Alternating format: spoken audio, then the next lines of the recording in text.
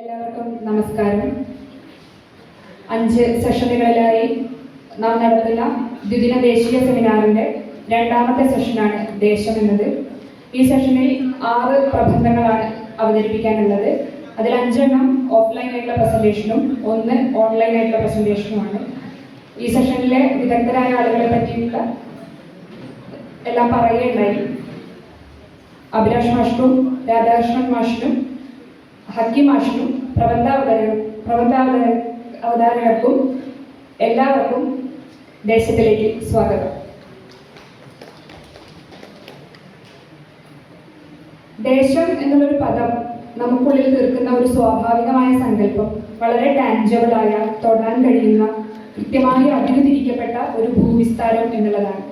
പക്ഷെ അത് മാത്രമാണോ ദേശം എന്നുള്ളൊരു ചോദ്യത്തിന് ഇവിടെ വളരെയധികം പ്രസക്തിയുണ്ട്. ഈ സെഷനിൽ ദേശം എന്ന് പേര് കൊടുക്കുമ്പോൾ അത് ഒരു അതിരടക്കമുള്ളൊരു ഭൂവിസ്താരം എന്നുള്ളൊരു ധ്വനി പേറുന്നേയില്ല എന്നുള്ളതാണ് ആദ്യമായി പറയാനുള്ളത്. മറിച്ച് ദേശം എന്നത് വളരെ ഇൻടാഞ്ചബിൾ ആയിട്ടുള്ള ഒരു പ്രമേയം എന്ന നിലയിൽ പ്രബന്ധങ്ങളുടെ പൊതുമയിൽ ചിതറി നിൽക്കുന്ന ഒന്ന് എന്നുള്ള നിലയിലാണ്, അങ്ങനെ ഒരു സങ്കല്പത്തിലാണ് ഈ സെഷന് ദേശം എന്ന് പേര് കൊടുത്തിട്ടുള്ളത്.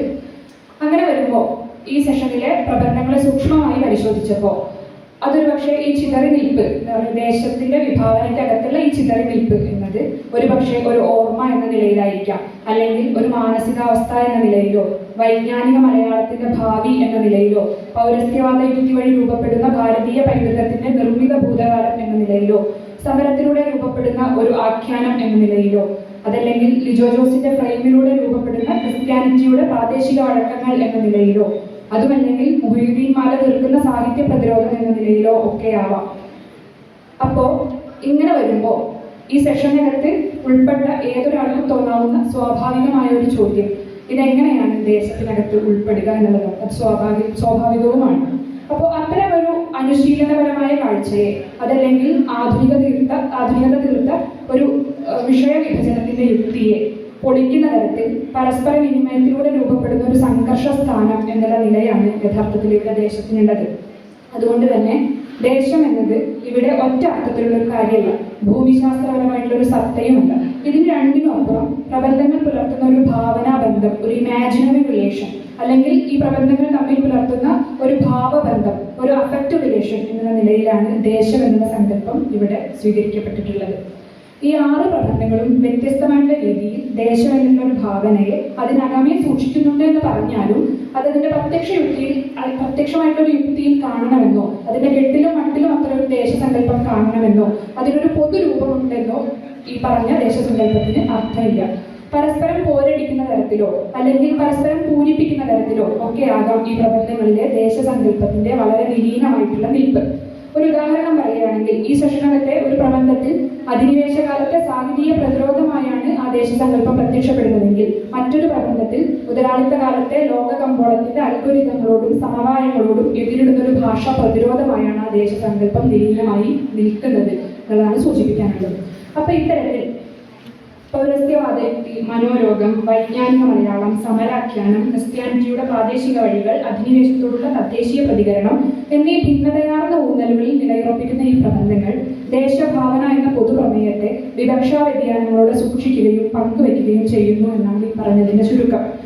മറ്റൊരു കാര്യം സൂചിപ്പിക്കാനുള്ളത്, വെട്ടിമാറ്റിയും കീറി മുറിച്ചും അതിർത്തി കൃത്യപ്പെടുത്തുന്ന ഒരു ദേശസങ്കല്പം നമ്മെ ഭരിച്ചുകൊണ്ടിരിക്കുന്ന കാലത്താണ് യഥാർത്ഥത്തിൽ നാം ഗവേഷണം നടത്തുന്നത് എന്നുള്ളതാണ്.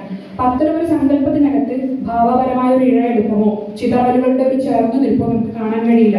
അക്കാലത്ത് നടത്തുന്ന ഒരു ദേശീയ സെമിനാറിൽ വൈവിധ്യങ്ങളുടെ ഭാവബന്ധത്തിലൂടെ കൽപ്പിച്ചെടുക്കുന്ന ദേശം എന്നൊരു സങ്കല്പം പോലും അക്കാദമികമായ ഒരു ബദൽ നിർമ്മിതിയാണ് എന്ന് കൂടി സൂചിപ്പിക്കാനുണ്ട്. ഇവിടെയാണ് ഗവേഷണം അതിന്റെ വ്യക്തിപരതയുടെ മുഴുവൻ കെട്ടുപാടുകളെയും കെട്ടഴിച്ചുകൊണ്ട് പൊട്ടിച്ചെറിഞ്ഞുകൊണ്ട് ഒരു രാഷ്ട്രീയ പ്രക്രിയയായി മാറുന്നത് എന്നുള്ളതാണ് സൂചിപ്പിക്കാൻ. ഈ സെഷനിലെ ആദ്യത്തെ പ്രബന്ധം രാഷ്ട്രധാരണയുടെ പൈതൃകവാദികൾ ഭാരതീയ വിജ്ഞാന പരമ്പരയുടെ വെളിച്ചത്തിൽ എന്ന ശീർഷകത്തിലുള്ളതാണ്.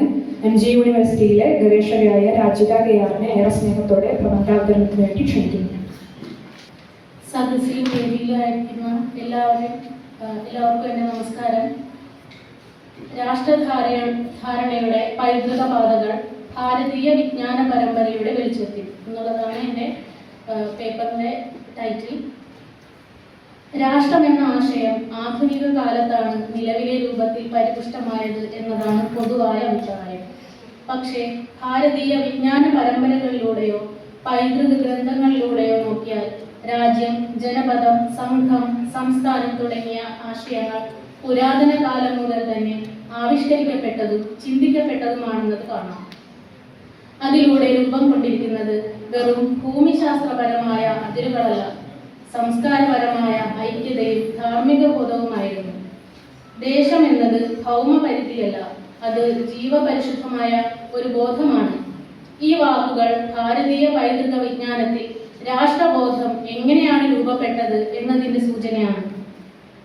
ഇന്ത്യയുടെ രാഷ്ട്രീയ സാംസ്കാരിക പരിസരത്തിൽ രാജ്യം എന്ന ആശയം എങ്ങനെ വികസിച്ചു എന്നതിനെ കുറിച്ച് മനസ്സിലാക്കുന്നതിന് നമ്മുടെ സംസ്കാരം, ദർശനങ്ങൾ, കലകൾ, ജ്ഞാന പരമ്പര എന്നിവയിലൂടെ സാധ്യമാകുന്നു. പശ്ചിമേതിഹാസത്തിൽ ദേശീയത ഒരു രാഷ്ട്രീയ സംവിധാനമായും ജനങ്ങൾക്ക് മേൽ ആധിപത്യമുള്ള ഭരണ സംവിധാനമായും പ്രത്യക്ഷപ്പെടുമ്പോൾ ഭാരതീയ പൈതൃക ദർശനം രാഷ്ട്രത്തെ ഒരു ജ്ഞാന ധാർമ്മിക അവബോധമായി കാണുന്നു.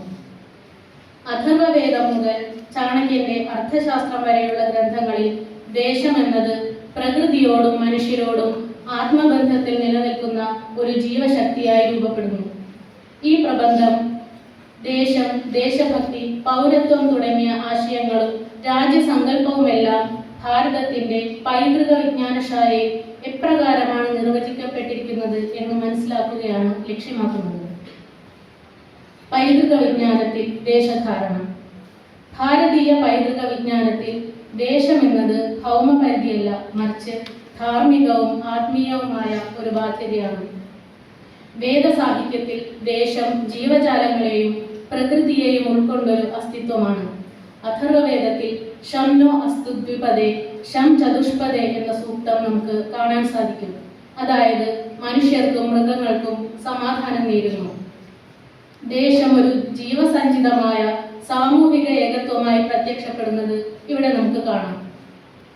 ഉപനിഷത്തുകളിൽ കാണുന്ന വസുധൈവ കുടുംബകം എന്ന തത്വം ദേശത്തെ ആന്തരികമായി മാനവ സമൂഹങ്ങളുടെ ഉറ്റബന്ധമായി ചിത്രീകരിക്കുന്നു. ഈ ദർശനം ദേശീയതയെ ആധുനിക ലിബറൽ മതേതരത്വത്തിന്റെയും പൗരബോധത്തിന്റെയും മുമ്പിൽ ഒരു ആഴമുള്ള മനുഷ്യ സ്നേഹപരമായ സംസ്കാരമായി ഉയർത്തുന്നു. ചാണക്യൻ തന്റെ അർത്ഥശാസ്ത്രത്തിൽ രാജ്യം സപ്താംഗ ഘടകങ്ങളാൽ സംയുക്തമായ ഒരു ഭരണ സമൂഹമായി നോക്കിക്കാണുന്നു. സ്വാമി, അമാത്യൻ, ജനപദം, ദുർഗം, കോശ, ദണ്ഡ, മിത്ര എന്നിങ്ങനെ. ഇതിൽ നിന്നും ദേശം ഭരണപരമായും സാമൂഹികപരമായും പല അവിഭാജ്യ ഘടകങ്ങളാൽ നിർമ്മിതമാകുന്നു എന്ന് നമുക്ക് വിവക്ഷിക്കാം. രാമായണത്തിൽ അയോധ്യ രാജധാനിയായി മാത്രമല്ല, സംസ്കാരത്തിന്റെ ആധാരസ്ഥാനമായി നിർണയിക്കപ്പെടുന്നു. മഹാഭാരതത്തിലാവട്ടെ ഭാരതം എന്ന സ്വതന്ത്ര സാംസ്കാരിക സങ്കല്പം വളരെ ഊർജ്ജസ്വലമായി കാണാം. വിശാലമായ ഭാരതഖണ്ഡത്തെക്കുറിച്ചുള്ള പരാമർശങ്ങൾ, വിവിധ ജനതകൾ തമ്മിലുള്ള സൗഹൃദം, ധാർമ്മിക വ്യവസ്ഥ, ഇവയെല്ലാം നാനാത്വത്തിൽ ഏകത്വം അക്കാലത്തും ഇവിടെ നിലനിന്നിരുന്നു എന്നതിന് തെളിവാണ്. ഭാരതീയ ദർശനങ്ങളിൽ, പ്രത്യേകിച്ച് വേദങ്ങളിലും ഉപനിഷത്തുകളിലും രാജ്യം ഒരു ആധ്യാത്മിക ധർമ്മവ്യവസ്ഥയായാണ് കാണപ്പെടുന്നത്. അഥർവവേദത്തിൽ ദേശം സംബന്ധിച്ച പരാമർശങ്ങൾ നിരവധി കാണാം. മാതാഭൂമി പുത്രോഹം പൃഥിവ്യാഹ എന്ന അഥർവവേദ സൂക്തത്തിലൂടെ ദേശസ്നേഹം മാത്രമല്ല, ദേശധർമ്മം എന്ന മൂല്യബോധവുമാണ് ഉൾക്കൊള്ളുന്നത്. ഇങ്ങനെ ഭാരതീയ പൈതൃക വിജ്ഞാനം ദേശത്തെ ജീവിത ചിന്തയുടെ ഭാഗമെന്ന നിലയിൽ ഭൗമപരിധിയിൽ ഒതുങ്ങാത്ത മാനവികതയുടെ ബോധമായി കാണുന്നു. ഇതിൽ നിന്ന് വളർന്നു വരുന്ന രാഷ്ട്രബോധം ആധുനിക രാഷ്ട്രീയ സങ്കല്പങ്ങളെക്കാൾ ആഴമുള്ളതും സമന്വിതമായതുമാകുന്നു. പൈതൃക ബോധവും രാഷ്ട്രീയ സംസ്കാരവും. രാഷ്ട്രം എന്നത് പൊതുവെ വ്യവസ്ഥാപിതമായ ഭരണഘടനയും അതിന്റെ അതിരുകളും മാത്രമാക്കിയാണ് ഇന്ന് പരിചയപ്പെടുന്നത്. പക്ഷേ ഭാരതീയ പരമ്പരയിൽ അതിനേക്കാൾ കുറച്ചുകൂടി ഉയർന്ന് സമസ്ത ജീവികൾക്കും ഐക്യത്തിലൂന്നിയ ഒരു ധാർമ്മിക പശ്ചാത്തലത്തിലൂടെയാണ് ദേശമോ രാഷ്ട്രമോ ആവിഷ്കരിക്കപ്പെടുന്നത്. സ്വാതന്ത്ര്യ സമരകാലത്തും ഇന്ത്യ വിഭജന കാലത്തും ഭാരതീയരുടെ രാഷ്ട്രബോധം പുനഃസജീവമാകുന്നത് ഈ പൈതൃക ചിന്തകളിലൂടെയാണെന്നത് ഗാന്ധിജി, ടാഗോർ, അരവിന്ദ ഘോഷ് തുടങ്ങിയവരുടെ എഴുത്തുകളിൽ നിന്ന് കാണാം. സ്വരാജ് എന്ന ആശയം ആത്മരാഷ്ട്രബോധത്തിൽ നിന്ന് ഉരുത്തിരിഞ്ഞതാണ്. പൈതൃകബോധം രാജ്യസങ്കല്പത്തിന് പ്രചോദനമേകുന്ന ഒരു സാംസ്കാരിക പ്രക്രിയയായി പ്രവർത്തിക്കുന്നു. ഇന്ത്യയിൽ ദേശീയതയുടെ വികാസം ആധുനികതയുടെ ഔപചാരിക ഘടകങ്ങളിലേക്കുള്ള പ്രയാണമല്ല, മറിച്ച് പൈതൃകബോധത്തെ പരിഷ്കരിച്ച് അതിനെ രാഷ്ട്രീയ ആവിഷ്കാരമാക്കി മാറ്റുന്നതാണ്. ആനന്ദമഠത്തിൽ ബങ്കിം ചന്ദ്ര ചാറ്റർജി ദേശത്തെ മാതൃഭൂമി എന്ന ആരാധനാമൂർത്തിയായി അവതരിപ്പിക്കുന്നു. വന്ദേ മാതരം എന്ന ആശയം അതിൻ്റെ സൂക്ഷ്മധാരയിലൂടെ രാഷ്ട്രത്തെ ദൈവീകമാക്കുന്നു. ഭാരതീയ പൈതൃകത്തിൽ രാഷ്ട്രം ഓരോ ഘടകത്തെയും ബന്ധിപ്പിക്കുന്ന ആത്മീയ പാശമാണെന്നത് മഹാഭാരതത്തിലും കാണാം. പൈതൃകബോധത്താൽ രാഷ്ട്രീയ സാംസ്കാരിക ഘടനയെ രൂപപ്പെടുത്തുന്നത് രാഷ്ട്രീയത്തെ സാമൂഹികമായ ധാർമ്മിക ഉത്തരവാദിത്വമായി പുനർനിർവചിക്കാനാണ് വഴിവെക്കുന്നത്. സ്വാമി വിവേകാനന്ദന്റെ മാതൃഭൂമിയോടുള്ള സേവനം ദൈവസേവനമാണ് എന്ന വാക്കുകളെ നമുക്കിവിടെ കൂട്ടിച്ചേർക്കാം. റോംല താപ്പർ തന്റെ ചരിത്ര പഠനങ്ങളിൽ മുൻനിർത്തുന്നത് ഈ പൈതൃക ബോധത്തിന്റെ രാഷ്ട്രീയ ഉപഭോഗമാണ്. പൈതൃകമെന്നത് എല്ലായ്പ്പോഴും ഭൂതകാലത്തിന്റെ തിരഞ്ഞെടുക്കപ്പെട്ട പുനർനിർമ്മിതിയാണ് എന്ന വരികൾ അത് സൂചിപ്പിക്കുന്നു. സമകാലീന രാഷ്ട്രീയത്തിൽ പൈതൃക രാജ്യബോധം. ഇന്ത്യയുടെ സമകാലീന രാഷ്ട്രീയത്തിൽ പൈതൃക ബോധം എന്നത് ഒരു രാഷ്ട്രീയം രൂപപ്പെടുത്തുന്ന ശക്തിയായി മാറിയിരിക്കുന്നു. ദേശസ്നേഹം, പൗരത്വം, ദേശീയത എന്നിവയുടെ വിവക്ഷകൾ പുതിയ തലങ്ങളിൽ ദൃശ്യമാകുമ്പോൾ ചരിത്രത്തെ രാഷ്ട്രീയ ഉപകരണമാക്കി മാറ്റപ്പെടുത്തുന്നതായും അനുഭവപ്പെടുന്നു. 21ാം നൂറ്റാണ്ടിന്റെ തുടക്കത്തിൽ ഇന്ത്യയിൽ പൗരത്വ നിയമ ഭേദഗതിക്കെതിരായ പ്രക്ഷോഭങ്ങളിൽ ജനങ്ങൾ ഭരണഘടന ആമുഖത്തിൽ മതേതരമായി നിലകൊള്ളുന്ന രാഷ്ട്രം മതാധിഷ്ഠിതമായി മനസ്സിലാക്കപ്പെടുന്നത് ചോദ്യം ചെയ്തു.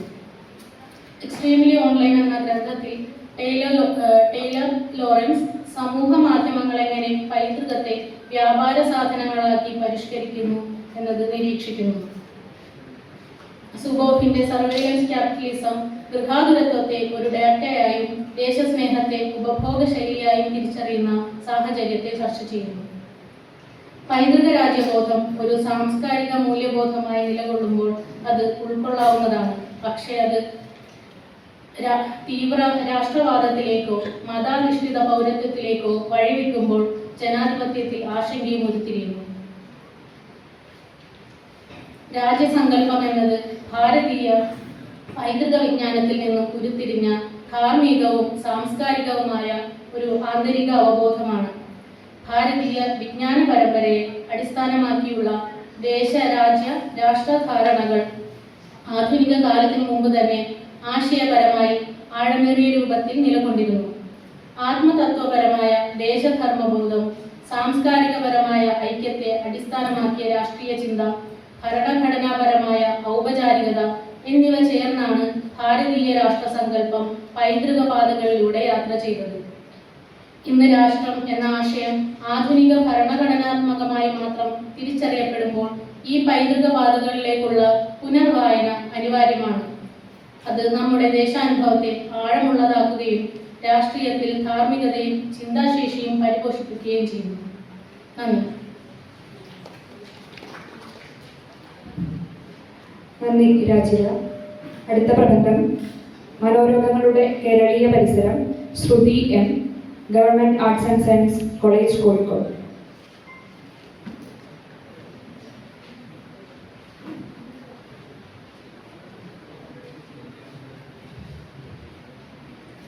നമസ്കാരം. വിഷയം മനോരോഗങ്ങളുടെ കേരളീയ പരിസരം. താക്കോൽ വാക്കുകൾ: ഭ്രാന്ത്, മനോരോഗം, കേരളീയ പശ്ചാത്തലം, സമൂഹം.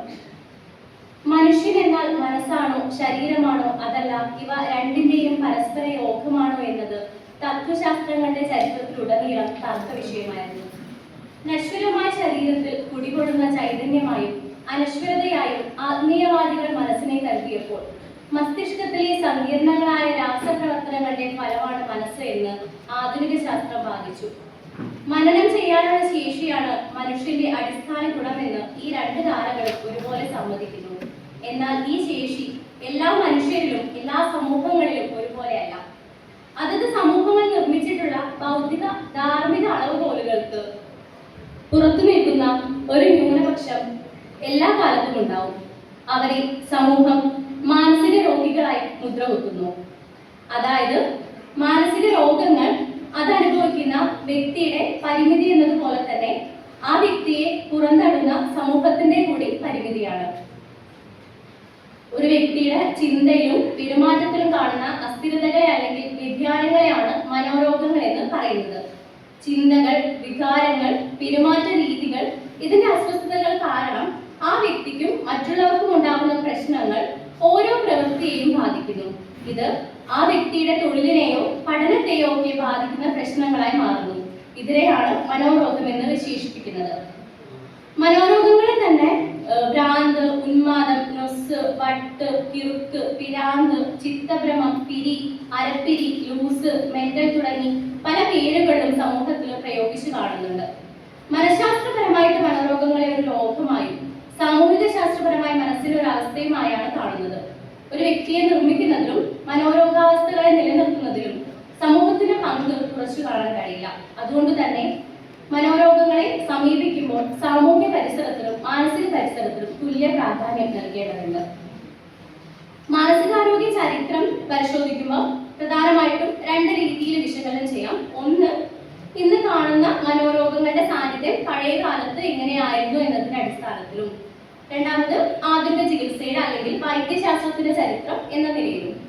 അതായത് ഭ്രാന്തിനെ കുറിച്ചുള്ള ചരിത്രം എന്ന് പറയുന്നത് ഓരോ കാലത്തും മനുഷ്യർ ഭ്രാന്തിനെ എങ്ങനെ കണ്ടിരുന്നു എന്നതിനെ അടിസ്ഥാനമാക്കി എത്തിച്ചേരുന്ന തെളിവുകളിലാണ്. ഇത് ഓരോ കാലത്തെയും സാമൂഹ്യ വ്യവസ്ഥയോടും സംസ്കാരത്തോടും ബന്ധപ്പെട്ടാണ് നിലകൊള്ളുന്നത്. പ്രാചീന കാലത്ത് അമാനുഷിക ശക്തികളുടെ ബാധ കൊണ്ടും ദൈവകോപം കൊണ്ടും ഉണ്ടാകുന്നതാണ് മനോരോഗങ്ങൾ എന്നൊരു വിശ്വാസം നിലനിന്നിരുന്നു. അദൃശ്യ ശക്തികളും പരീതരുടെ ആത്മാവുകളും ശരീരത്തിൽ കടന്നുകൂടുന്നത് കൊണ്ടാണ് മനോരോഗ ലക്ഷണങ്ങൾ കാണിക്കുന്നത് എന്നുള്ള വിശ്വാസം ലോകത്തിന്റെ എല്ലാ ഭാഗത്തുമുള്ള ജനങ്ങളും വെച്ചു പുലർത്തിയിരുന്നു. ഭ്രാന്തന്മാരുടെ ശരീരത്തിന് മേൽ ആവേശിച്ചതാണെന്ന് കരുതി സമീപിക്കുന്ന രീതി മുൻപുണ്ടായിരുന്നു. ഇത് പ്രത്യേക ശക്തിയായിട്ടൊക്കെ കണ്ടുവന്നിട്ടുണ്ടായിരുന്നു. ഗ്രീസിൽ ക്രിസ്തുവിന് മുൻപ് ചില നൂറ്റാണ്ടുകളിൽ ഭ്രാന്തന്മാർ ആരാധിക്കപ്പെട്ടിരുന്നു. യൂറോപ്പിലും ഇംഗ്ലണ്ടിലും 18-ാം നൂറ്റാണ്ട് വരെ ഉന്മാദികളെ വധശിക്ഷയ്ക്ക് വിധേയമാക്കിയിരുന്നു. 1400 കൊല്ലത്തോളം ഉന്മാദികളുടെ ചികിത്സ തൂക്കുമരത്തിലായിരുന്നു എന്ന് പറയുന്നുണ്ട്. ചന്ദ്രന്റെ ദശകളും മനോനിലയും തമ്മിലുള്ള ബന്ധം എല്ലാ സമൂഹങ്ങളിലും കെട്ടുകഥയായോ വിശ്വാസമായോ ഉറപ്പിച്ചെടുത്തിട്ടുണ്ട്. വെളുത്ത വാവിന്റെ അന്നാണ് ഭ്രാന്ത് തീവ്രതരമാകുന്നത് എന്ന വിശ്വാസം ലോകത്താകമാനമുണ്ട്. ഭ്രാന്തന്മാരെ നിലയ്ക്ക് നിർത്തുന്നതിനായിട്ട് ചങ്ങലക്കിടുക, വലിയ തടിയിൽ ദ്വാരമിട്ട് അതിലൊരു കാൽ തിരുകി കയറ്റുക, ഇരുട്ടുമുറിയിൽ അടയ്ക്കുക, ശാരീരിക ഉപദ്രവങ്ങൾ ഏൽപ്പിക്കുക, പൊള്ളിക്കുക തുടങ്ങിയ പീഡന മുറകളാണ് പരീക്ഷിച്ചിരുന്നത്. ദൈവകോപങ്ങളുടെയും പ്രേതബാധകളുടെയും പരിണിതിയായാണ് മനോരോഗങ്ങളെ പ്രാചീന കാലത്ത് കണ്ടിരുന്നത്. വൈദ്യശാസ്ത്രത്തിന്റെ കടന്നുവരവോടെയാണ് രോഗം എന്ന അവസ്ഥയിൽ മനോരോഗങ്ങളെ നിർവചിക്കുന്നത്. വ്യക്തിക്കുണ്ടാകുന്ന പ്രശ്നങ്ങൾ സമൂഹത്തെ കൂടി ബാധിക്കാൻ തുടങ്ങുമ്പോൾ രോഗമുക്തി സമൂഹത്തിന്റെയും ആവശ്യമായി വരുന്നു. മനുഷ്യ മനസ്സിനെ കുറിച്ച് പഠനങ്ങൾ നടത്തി സിദ്ധാന്തങ്ങൾ ആവിഷ്കരിച്ച സിഗ്മണ്ട് ഫ്രോയിഡിന് ഇതിൽ ചരിത്രപരമായിട്ടുള്ള ഒരു സ്ഥാനമുണ്ട്. അദ്ദേഹത്തിന്റെ സിദ്ധാന്തങ്ങളുടെ ഫലമായി മനഃശാസ്ത്ര ശാഖ വികാസം പ്രാപിക്കുകയും അനവധി മനഃശാസ്ത്ര തത്വങ്ങളും മനഃശാസ്ത്രജ്ഞരും കടന്നു വരികയും ചെയ്തു. ഇത് ആധുനിക മനഃശാസ്ത്രത്തിന്റെ വളർച്ച വേഗത്തിലാക്കി. തൽഫലമായിട്ട് യുക്തിയാൽ ഒരു ഭ്രാന്ത് എന്നൊരു വേർതിരിവുണ്ടായി. ഭ്രാന്തുള്ള ഒരു സമൂഹത്തിന് ബാധ്യതയാകാതിരിക്കാനായിട്ട് ഭ്രാന്താശുപത്രികളുടെ കടന്നുവരവുണ്ടായി. ഭ്രാന്തുള്ളവരുടെ സമൂഹത്തിന് പേടിയാണ്. ചികിത്സിക്കുന്നതിനൊപ്പം അതും പരിഗണിക്കണം. ഇത് രണ്ടിനും കൂടിയുള്ള പരിഹാരമാണ് അസൈലം അഥവാ ഭ്രാന്താശുപത്രി. ജയിൽ മാതൃകയിൽ ചുറ്റും ഉയരമുള്ള ചുമരുകൾ. യൂറോപ്യന്മാർ പോയ സ്ഥലങ്ങളിലെല്ലാം ഇത്തരം അസൈലങ്ങൾ പണിതു. ആളുകൾ കൂടുകയും പരിചരണം കുറയുകയും ചെയ്തു. രോഗമായി കണ്ടിട്ടും ചികിത്സയില്ലാത്ത അവസ്ഥയുണ്ടായി. മനുഷ്യത്വരഹിതമായ പ്രാകൃത ചികിത്സാ രീതികൾ ഓരോ കാലത്തും പരീക്ഷിച്ചു. മിഷേൽ ഫൂക്കോ അദ്ദേഹത്തിന്റെ ഉന്മാദവും പരിഷ്കാരവും മാഡ്നസ് ആൻഡ് സിവിലൈസേഷൻ എന്ന ഗ്രന്ഥത്തില് ഭ്രാന്ത് എന്ന സങ്കല്പത്തിന് ഓരോ കാലഘട്ടത്തിലുണ്ടായ പരിവർത്തനങ്ങൾ പഠന വിധേയമാക്കുന്നുണ്ട്. ഇനി കേരളീയ പരിസരത്തിലേക്ക് വരികയാണ്. കേരളത്തിലും ഭ്രാന്തിനെ കുറിച്ചിട്ട് പ്രാചീന കാലങ്ങളിൽ അന്ധവിശ്വാസങ്ങളും ഐതിഹ്യങ്ങളുമാണ് നിലനിന്നിട്ടുണ്ടായിരുന്നത്. കേരളത്തിന്റെ ചരിത്രം പരിശോധിക്കുമ്പോൾ ഇത്തരത്തിലുള്ള ഐതിഹ്യങ്ങൾ കാണാവുന്നതാണ്. മാത്രമല്ല ഭ്രാന്തിനെ പ്രാചീന കാലങ്ങളിൽ കണ്ടിരുന്നത് പോലെ കേരളത്തിലും പ്രേതബാധയായോ ദൈവകോപങ്ങളുമായി ബന്ധപ്പെടുത്തിയാണ് കണ്ടിരുന്നത്. കേരളത്തിൽ 1970കളുടെ അവസാനം വരെ ആധുനിക മരുന്നുകൾ ഉൾപ്പെട്ട ഒരു നിശ്ചിത ചികിത്സ ഇല്ലായിരുന്നു എന്ന് തന്നെ സത്യം. ദൈവകോപവും ശാപങ്ങളും ആഭിചാര പ്രക്രിയകളുടെ പരിണിതിയുമായി ഭ്രാന്തിന്റെ കാരണങ്ങൾ നിർവചിക്കപ്പെട്ട് ചികിത്സ എന്നത് ആ വഴിയിൽ കൂടി നീങ്ങുക എന്നത് പൊതുബോധത്തിൽ പണ്ടേ ആഴ്ന്നിറങ്ങിയിരുന്നു. കേരളത്തില് പ്രസിദ്ധമായിട്ടുള്ള ഒരു ഐതിഹ്യമാണ് നാരായണത്ത് ഭ്രാന്തന്റേത്. അത് എല്ലാവരും കേട്ടിട്ടുണ്ടാവും. കൊട്ടാരത്തിൽ ശങ്കുണ്ണിയുടെ ഐതിഹ്യമാലയിലും ഈ നാരായണത്ത് ഭ്രാന്തന്റെ കഥകൾ പരാമർശിക്കുന്നുണ്ട്. അത് വരരുചിയുടെ മകനും പറയപ്പെട്ട മന്ത്രികുലത്തിലെ അഞ്ചാമനുമാണ് നാരായണത്ത് ഭ്രാന്തൻ. ഈ രായനല്ലൂർ മല ചവിട്ടുന്നത് ഭ്രാന്തിന് പരിഹാരം ആവുമെന്നൊരു വിശ്വാസം ഈ ഐതിഹ്യത്തെ അടിസ്ഥാനമാക്കിയിട്ട് നിലനിൽക്കുന്നുണ്ട്. അത് മാത്രമല്ല കേരളത്തിലെ ക്ഷേത്രങ്ങളെ ആധാരമാക്കിയിട്ടും ഇത്തരത്തിലുള്ള ഐതിഹ്യങ്ങളും വിശ്വാസങ്ങളും ഒക്കെ നിലനിന്നിട്ടുണ്ടായിരുന്നു. മനോരോഗങ്ങൾക്ക് പരിഹാരമായിട്ട് മതവിശ്വാസവുമായി ബന്ധപ്പെട്ട് മന്ത്രവാദം തുടങ്ങിയ ദുരാചാരങ്ങളും നിലനിന്നിരുന്നു. തങ്ങൾ, മന്ത്രവാദി ഇവരിലൂടെയായിരുന്നു ഇവർക്ക് ചികിത്സ അല്ലെങ്കിൽ ആശ്വാസം എന്ന രീതിയിൽ കർമ്മങ്ങളൊക്കെ നടത്തി പോന്നിട്ടുണ്ടായിരുന്നത്. കേരളത്തിൽ വിശ്വാസത്തിന്റെ ഭാഗമായി കണ്ടിരുന്ന ഭ്രാന്തിന് ആദ്യകാലങ്ങളിൽ ആയുർവേദ ചികിത്സാ സമ്പ്രദായങ്ങളാണ് ഉണ്ടായിരുന്നത്. ആയുർവേദത്തിൽ ഉന്മാദത്തെ നിർവചിക്കുന്നത് ഇങ്ങനെയാണ്: വാദപിത്താദി ദോഷങ്ങൾ വർദ്ധിച്ചു വഴിതെറ്റി സഞ്ചരിച്ചിട്ട് മനസ്സിനെ വഹിക്കുന്ന ധമനികളിൽ വ്യാപിച്ചു മനസ്സിന് വിഭ്രമത്തെ ഉണ്ടാക്കുന്നു. ഇങ്ങനെ ഉന്മാദ ഗതങ്ങളായി മദ്യപിക്കൊണ്ടു ഇതിനെ ഉന്മാദം എന്ന് പറയുന്നു.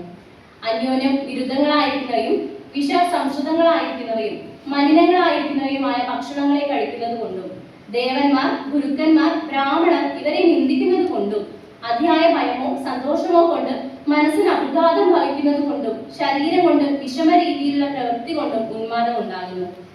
ഈ കാരണങ്ങൾ കൊണ്ട് അല്പമായ സ്വത്വത്തോട് കൂടിയിരിക്കുന്നവന്റെ വാദാദി ദോഷങ്ങൾ കോപിച്ചു ബുദ്ധിയുടെ ഇരിപ്പിടമായ ഹൃദയത്തിൽ ചെന്നു അതിനെയും ദുഷിപ്പിച്ച് മനസ്സിന് ആധാരങ്ങളായ സ്രോതസ്സുകളിൽ വ്യാപിച്ചു ഒടുങ്ങനവയെ മനസ്സിനെ മോഹിപ്പിക്കുന്നു. മനസ്സിനെ മോഹിപ്പിക്കുന്നു എന്ന് വെച്ചാൽ അതിന്റെ സ്വന്തം ശക്തിയെയും പ്രജ്ഞയെയും നശിപ്പിക്കുന്നു എന്ന് സാരം. ഇങ്ങനെയാകുന്നു ഉന്മാദം ഉണ്ടാകുന്നത്. ഇങ്ങനെ മനസ്സിന്റെ സ്വന്തം ശക്തി നശിക്കുന്നത് കൊണ്ട് കൃത്യാകൃത്യങ്ങളും ഒന്നും തിരിച്ചറിയാൻ പാടില്ലാതെ വരുന്നു. ഈ ആയുർവേദത്തില് ഉന്മാദത്തിൽ തന്നെ കുറെ കാറ്റഗറീസ് അല്ലെങ്കിൽ ടൈപ്സ്, അതിന്റെ കാരണങ്ങളൊക്കെ പറയുന്നുണ്ട്. അതായത് വാദോന്മാദം, പിത്തോന്മാദം, കഫോന്മാദം, ശോഭോന്മാദം, വിഷജോന്മാദം, ദേവഗ്രഹം ബാധിക്കല്, അസുരഗ്രഹം ബാധിക്കൽ, ഗന്ധർവഗ്രഹ പീഡിതം, യക്ഷഗ്രഹ പീഡിതം, പിതൃഗ്രഹ പീഡിതം, സർപ്പഗ്രഹ പീഡിതം, രാക്ഷസഗ്രഹ പീഡിതം, പിശാചഗ്രഹ പീഡിതം, ഭൂതോന്മാദം തുടങ്ങി തരംതിരിവുകളെ കുറിച്ചിട്ട് അതിനുള്ള ചികിത്സാ വിധികളെ കുറിച്ചിട്ടും ഈ ആയുർവേദത്തിൽ പരാമർശിക്കുന്നുണ്ട്. ആധുനിക വൈദ്യശാസ്ത്രം അതിലേക്ക് വരികയാണെങ്കിൽ 18ാം നൂറ്റാണ്ടിന്റെ അവസാന കാലഘട്ടങ്ങളിലാണ് ഇന്ത്യയിൽ ഭ്രാന്താലയങ്ങൾ ആരംഭിക്കുന്നത്. കേരളത്തിൽ പാശ്ചാത്യ രീതിയിലുള്ള മനഃശാസ്ത്ര പരിശീലന സമ്പ്രദായം ആരംഭിക്കുന്നതിന് മുൻപ് തന്നെ മറ്റു ചികിത്സാ രീതികൾ നിലനിന്നിരുന്നു. അതിപ്പോൾ ഞാൻ നേരത്തെ പറഞ്ഞ അന്ധവിശ്വാസങ്ങളെ പിൻപറ്റിയിട്ടും അതല്ലാതെ ഈ ആയുർവേദ ചികിത്സാ രീതികളും ഒക്കെ ഇതിന് ഉദാഹരണമാണ്.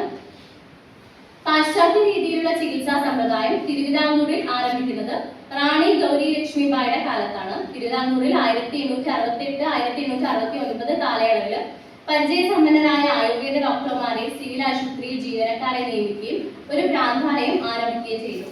1869 തന്നെ ഭ്രാന്തുള്ളവരെ ചികിത്സിക്കാനായി പ്രത്യേക താമസ സൗകര്യം വേണമെന്ന ആവശ്യം ശക്തമായി ഉയർന്നു വന്നതിനെ തുടർന്ന് തിരുവനന്തപുരം സിവിൽ ആശുപത്രിക്ക് സമീപം കെട്ടിടം വാങ്ങി തിരുവനന്തപുരത്ത് ഒരു പുതിയ മനോരോഗ ആശുപത്രി സ്ഥാപിക്കുന്നതിനുള്ള ഉത്തരവ് 1866 ജൂലൈ 11 പുറപ്പെടുവിച്ചു.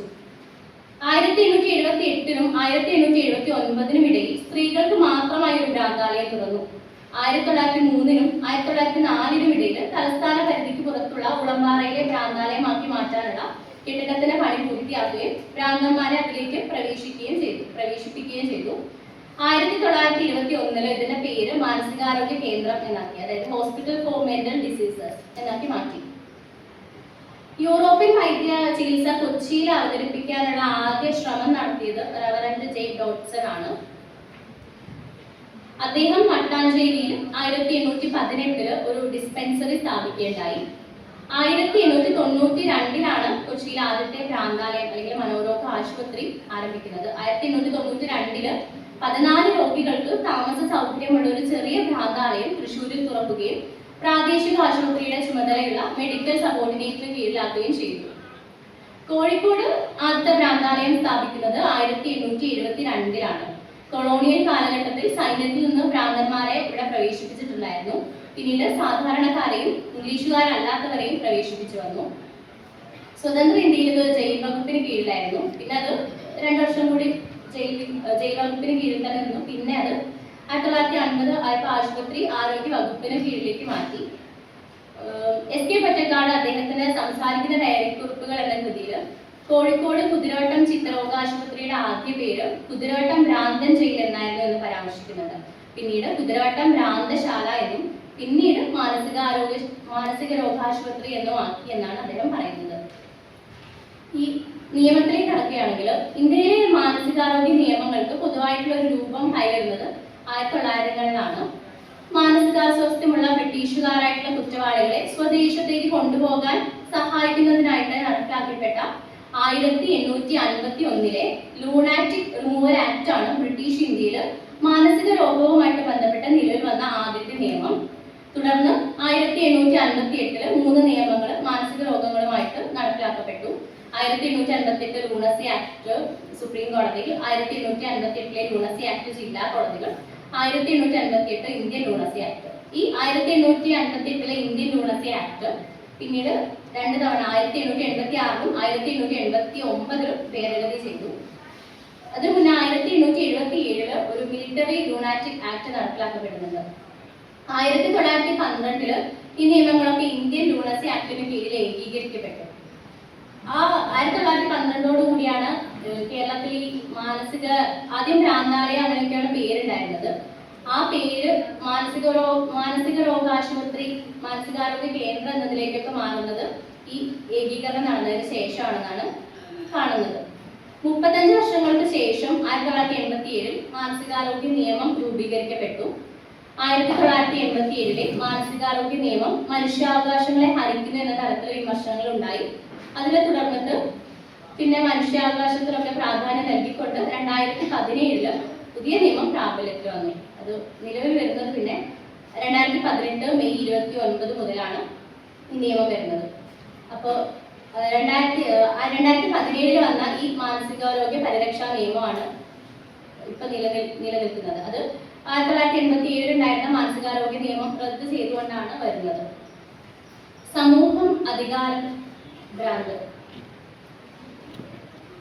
ഫ്യൂഡൽ കാലഘട്ടങ്ങളിൽ കേരളത്തിലെ സംസ്കാരവും സാമൂഹികവുമായ സാഹചര്യങ്ങളും പരിശോധിക്കുമ്പോൾ മരുമക്കത്തായ വ്യവസ്ഥയിലാണ് ഭ്രാന്തുള്ളവർക്ക് ഏറ്റവും കൂടുതൽ നിയന്ത്രണങ്ങൾ ഉണ്ടായിരുന്നതായിട്ട് കാണാൻ സാധിക്കുന്നത്.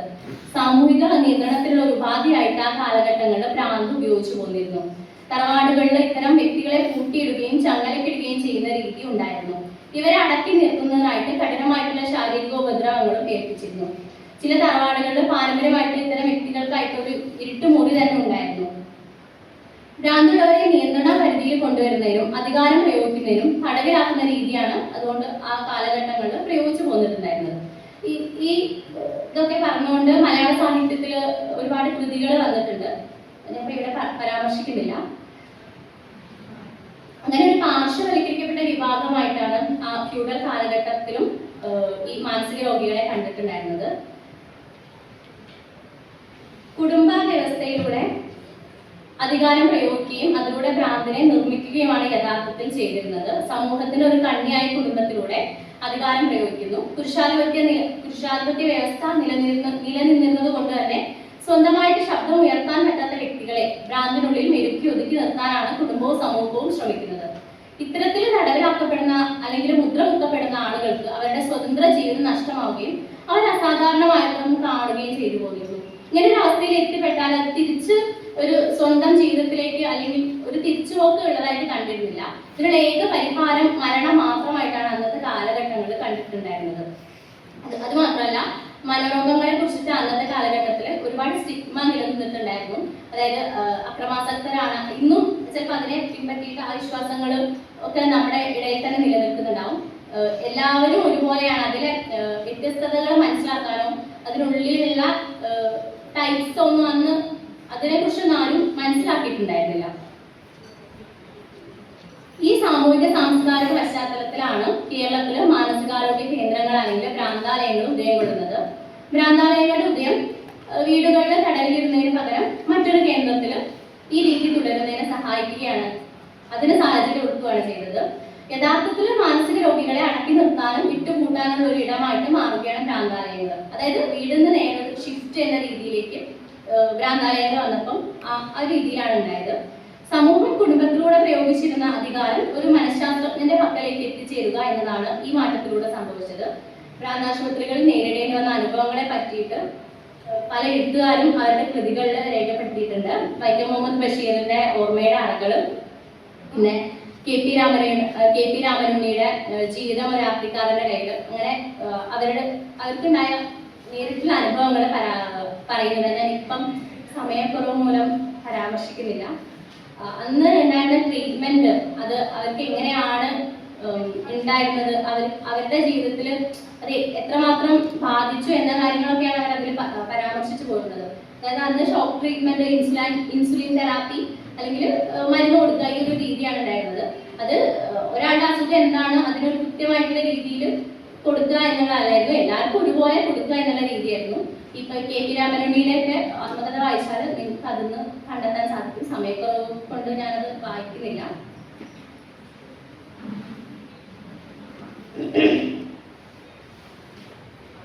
ചികിത്സയ്ക്ക് വരുന്ന രോഗിക്ക് ആവശ്യമായിട്ടുള്ള തരത്തിലുള്ള പരിചരണങ്ങളോ ചികിത്സയോ നൽകാൻ അന്നത്തെ രീതി പര്യാപ്തമായിരുന്നില്ല. എല്ലാവർക്കും ഒരേ തരത്തിലുള്ള കഠിന ചികിത്സാ മുറകളാണ് നടത്തിയിരുന്നത്. ഇത്തരത്തിലുള്ള അധികാരം ചോദ്യം ചെയ്യാനോ ആരും തന്നെ മുന്നോട്ട് വന്നിരുന്നില്ല. ഇത്തരം രീതികൾ പിന്തുടർന്നതിലൂടെ പാർശ്വവൽക്കരണത്തിനെയും നമസ്കരണത്തിനെയും അദൃശ്യമായ രൂപമായി മാറുകയാണ് മനോരോഗ ചികിത്സാ കേന്ദ്രങ്ങൾ ചെയ്തത്. മനോരോഗിയെ റിപ്പയർ ചെയ്ത് സമൂഹത്തിന് മുഖ്യധാരയെ ഘടിപ്പിക്കുന്ന സ്ഥാപനങ്ങൾ എന്ന നിലയ്ക്ക് ചികിത്സാലയങ്ങൾ നിലവിൽ വന്നു.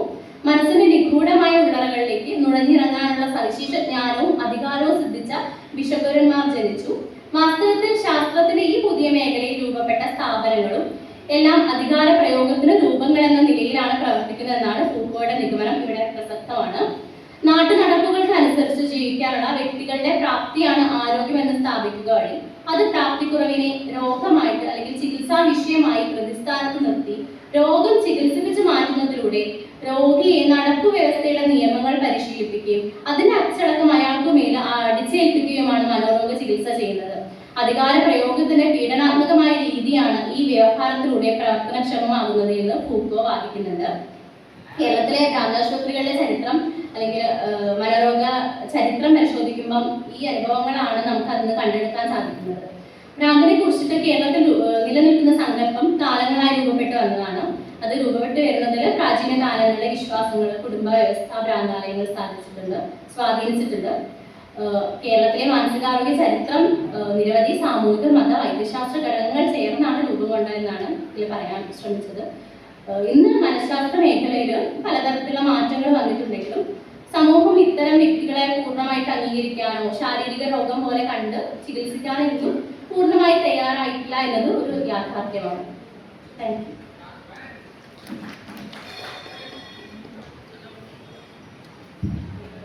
നന്ദി ശ്രുതി. അടുത്ത പ്രബന്ധം ശ്രീലക്ഷ്മി PS-ൻ്റെതാണ്.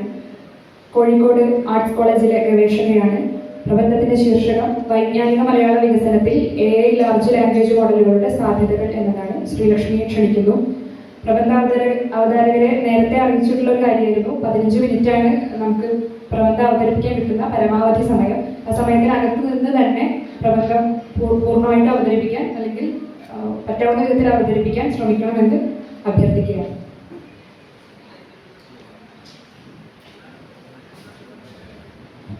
എല്ലാവർക്കും നമസ്കാരം. എൻ്റെ പേര് ശ്രീലക്ഷ്മി PS. ഞാൻ മലയാളം എന്ന വൈജ്ഞാനിക ഭാഷ പ്രധാനമായിട്ടും ശാസ്ത്ര പഠനത്തിൽ മലയാള മാധ്യമത്തിൻ്റെ സാധ്യതകൾ, നിലവിലെ അവസ്ഥ, അതൊക്കെയാണ് എൻ്റെ പ്രധാനപ്പെട്ട ഗവേഷണ വിഷയം. അപ്പം ഞാൻ പാഠപുസ്തകങ്ങൾ, മറ്റ് റെഫറൻസ് ഗ്രന്ഥങ്ങൾ മലയാളത്തിലുള്ളത് വെച്ചിട്ട് പഠിക്കാനായിരുന്നു എൻ്റെ ഒരു പദ്ധതി. പിന്നീട് ചില മാറ്റങ്ങൾ നമ്മുടെ സമൂഹത്തിൽ ഉണ്ടാകുന്നു. പഠനത്തിന്റെ ഭാഗമായിട്ട് പല പുതിയ ടെക്നോളജിയെ പരിചയപ്പെടുന്നു.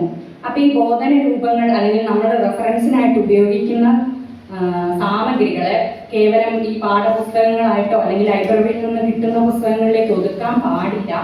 അതിന്റെ അപ്പുറത്തേക്കാണ് ഭാഷയുടെ സാധ്യതകൾ നിൽക്കുന്നത് എന്നുള്ള ഒരു തോന്നൽ എനിക്കുണ്ടായി. അതിന്റെ ഭാഗമായിട്ടാണ് ഞാൻ ഈ ഒരു പേപ്പർ എഴുതുന്നത്.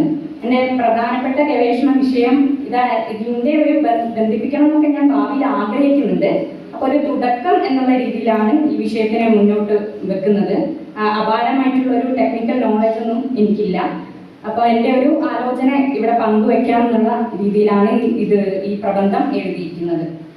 ഇതിന്റെ വിഷയം വൈജ്ഞാനിക മലയാള വികസനത്തിൽ AI ലാർജ് ലാംഗ്വേജ് മോഡലുകളുടെ സാധ്യതകൾ എന്നതാണ്. ഇതിന് ആമുഖം, ഉപസംഹാരം കൂടാതെ ഞാനൊരു 6 ഉപതലക്കെട്ടുകളായിട്ടാണ് ഈ പ്രബന്ധത്തിനെ സംവിധാനം ചെയ്തിരിക്കുന്നത്.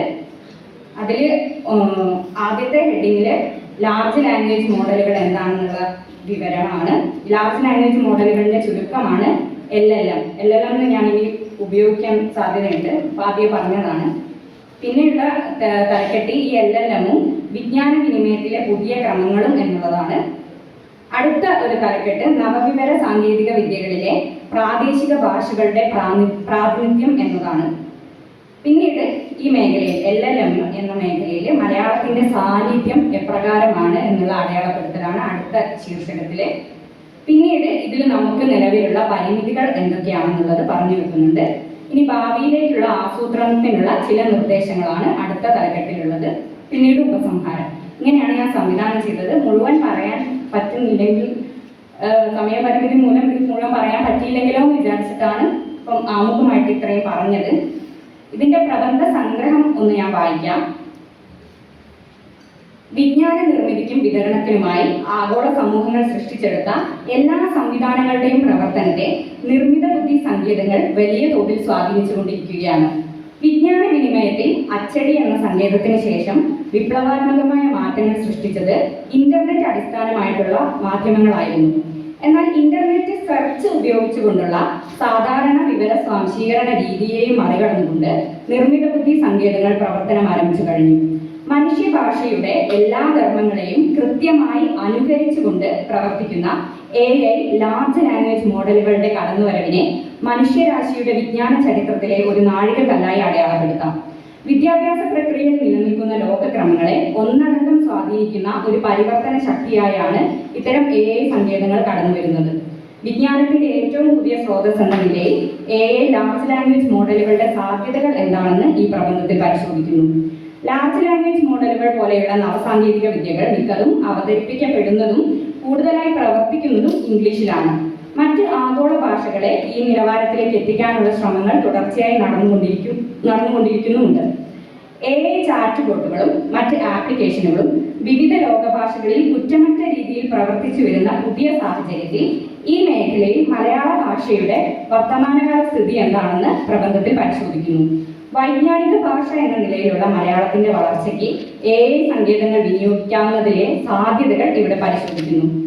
ഡിജിറ്റൽ അസമത്വം സൃഷ്ടിക്കുന്ന സാമൂഹിക പ്രശ്നങ്ങൾ വർദ്ധിക്കുന്ന സാഹചര്യത്തിൽ ലാർജ് ലാംഗ്വേജ് മോഡലുകൾ ഉൾപ്പെടെയുള്ള AI സങ്കേതങ്ങളിൽ മലയാളം പോലെയുള്ള പ്രാദേശിക ഭാഷകളുടെ ശക്തമായ സാന്നിധ്യം ഉണ്ടായിരിക്കേണ്ടതിന്റെ ആവശ്യകത പ്രബന്ധം ചൂണ്ടിക്കാണിക്കുന്നു.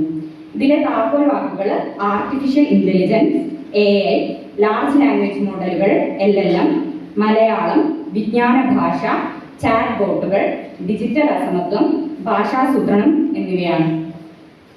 ആദ്യം ആമുഖം എന്ന ഭാഗത്ത് ഞാൻ AIയുടെ ഒരു ചരിത്രമാണ് കൊടുത്തിരിക്കുന്നത്.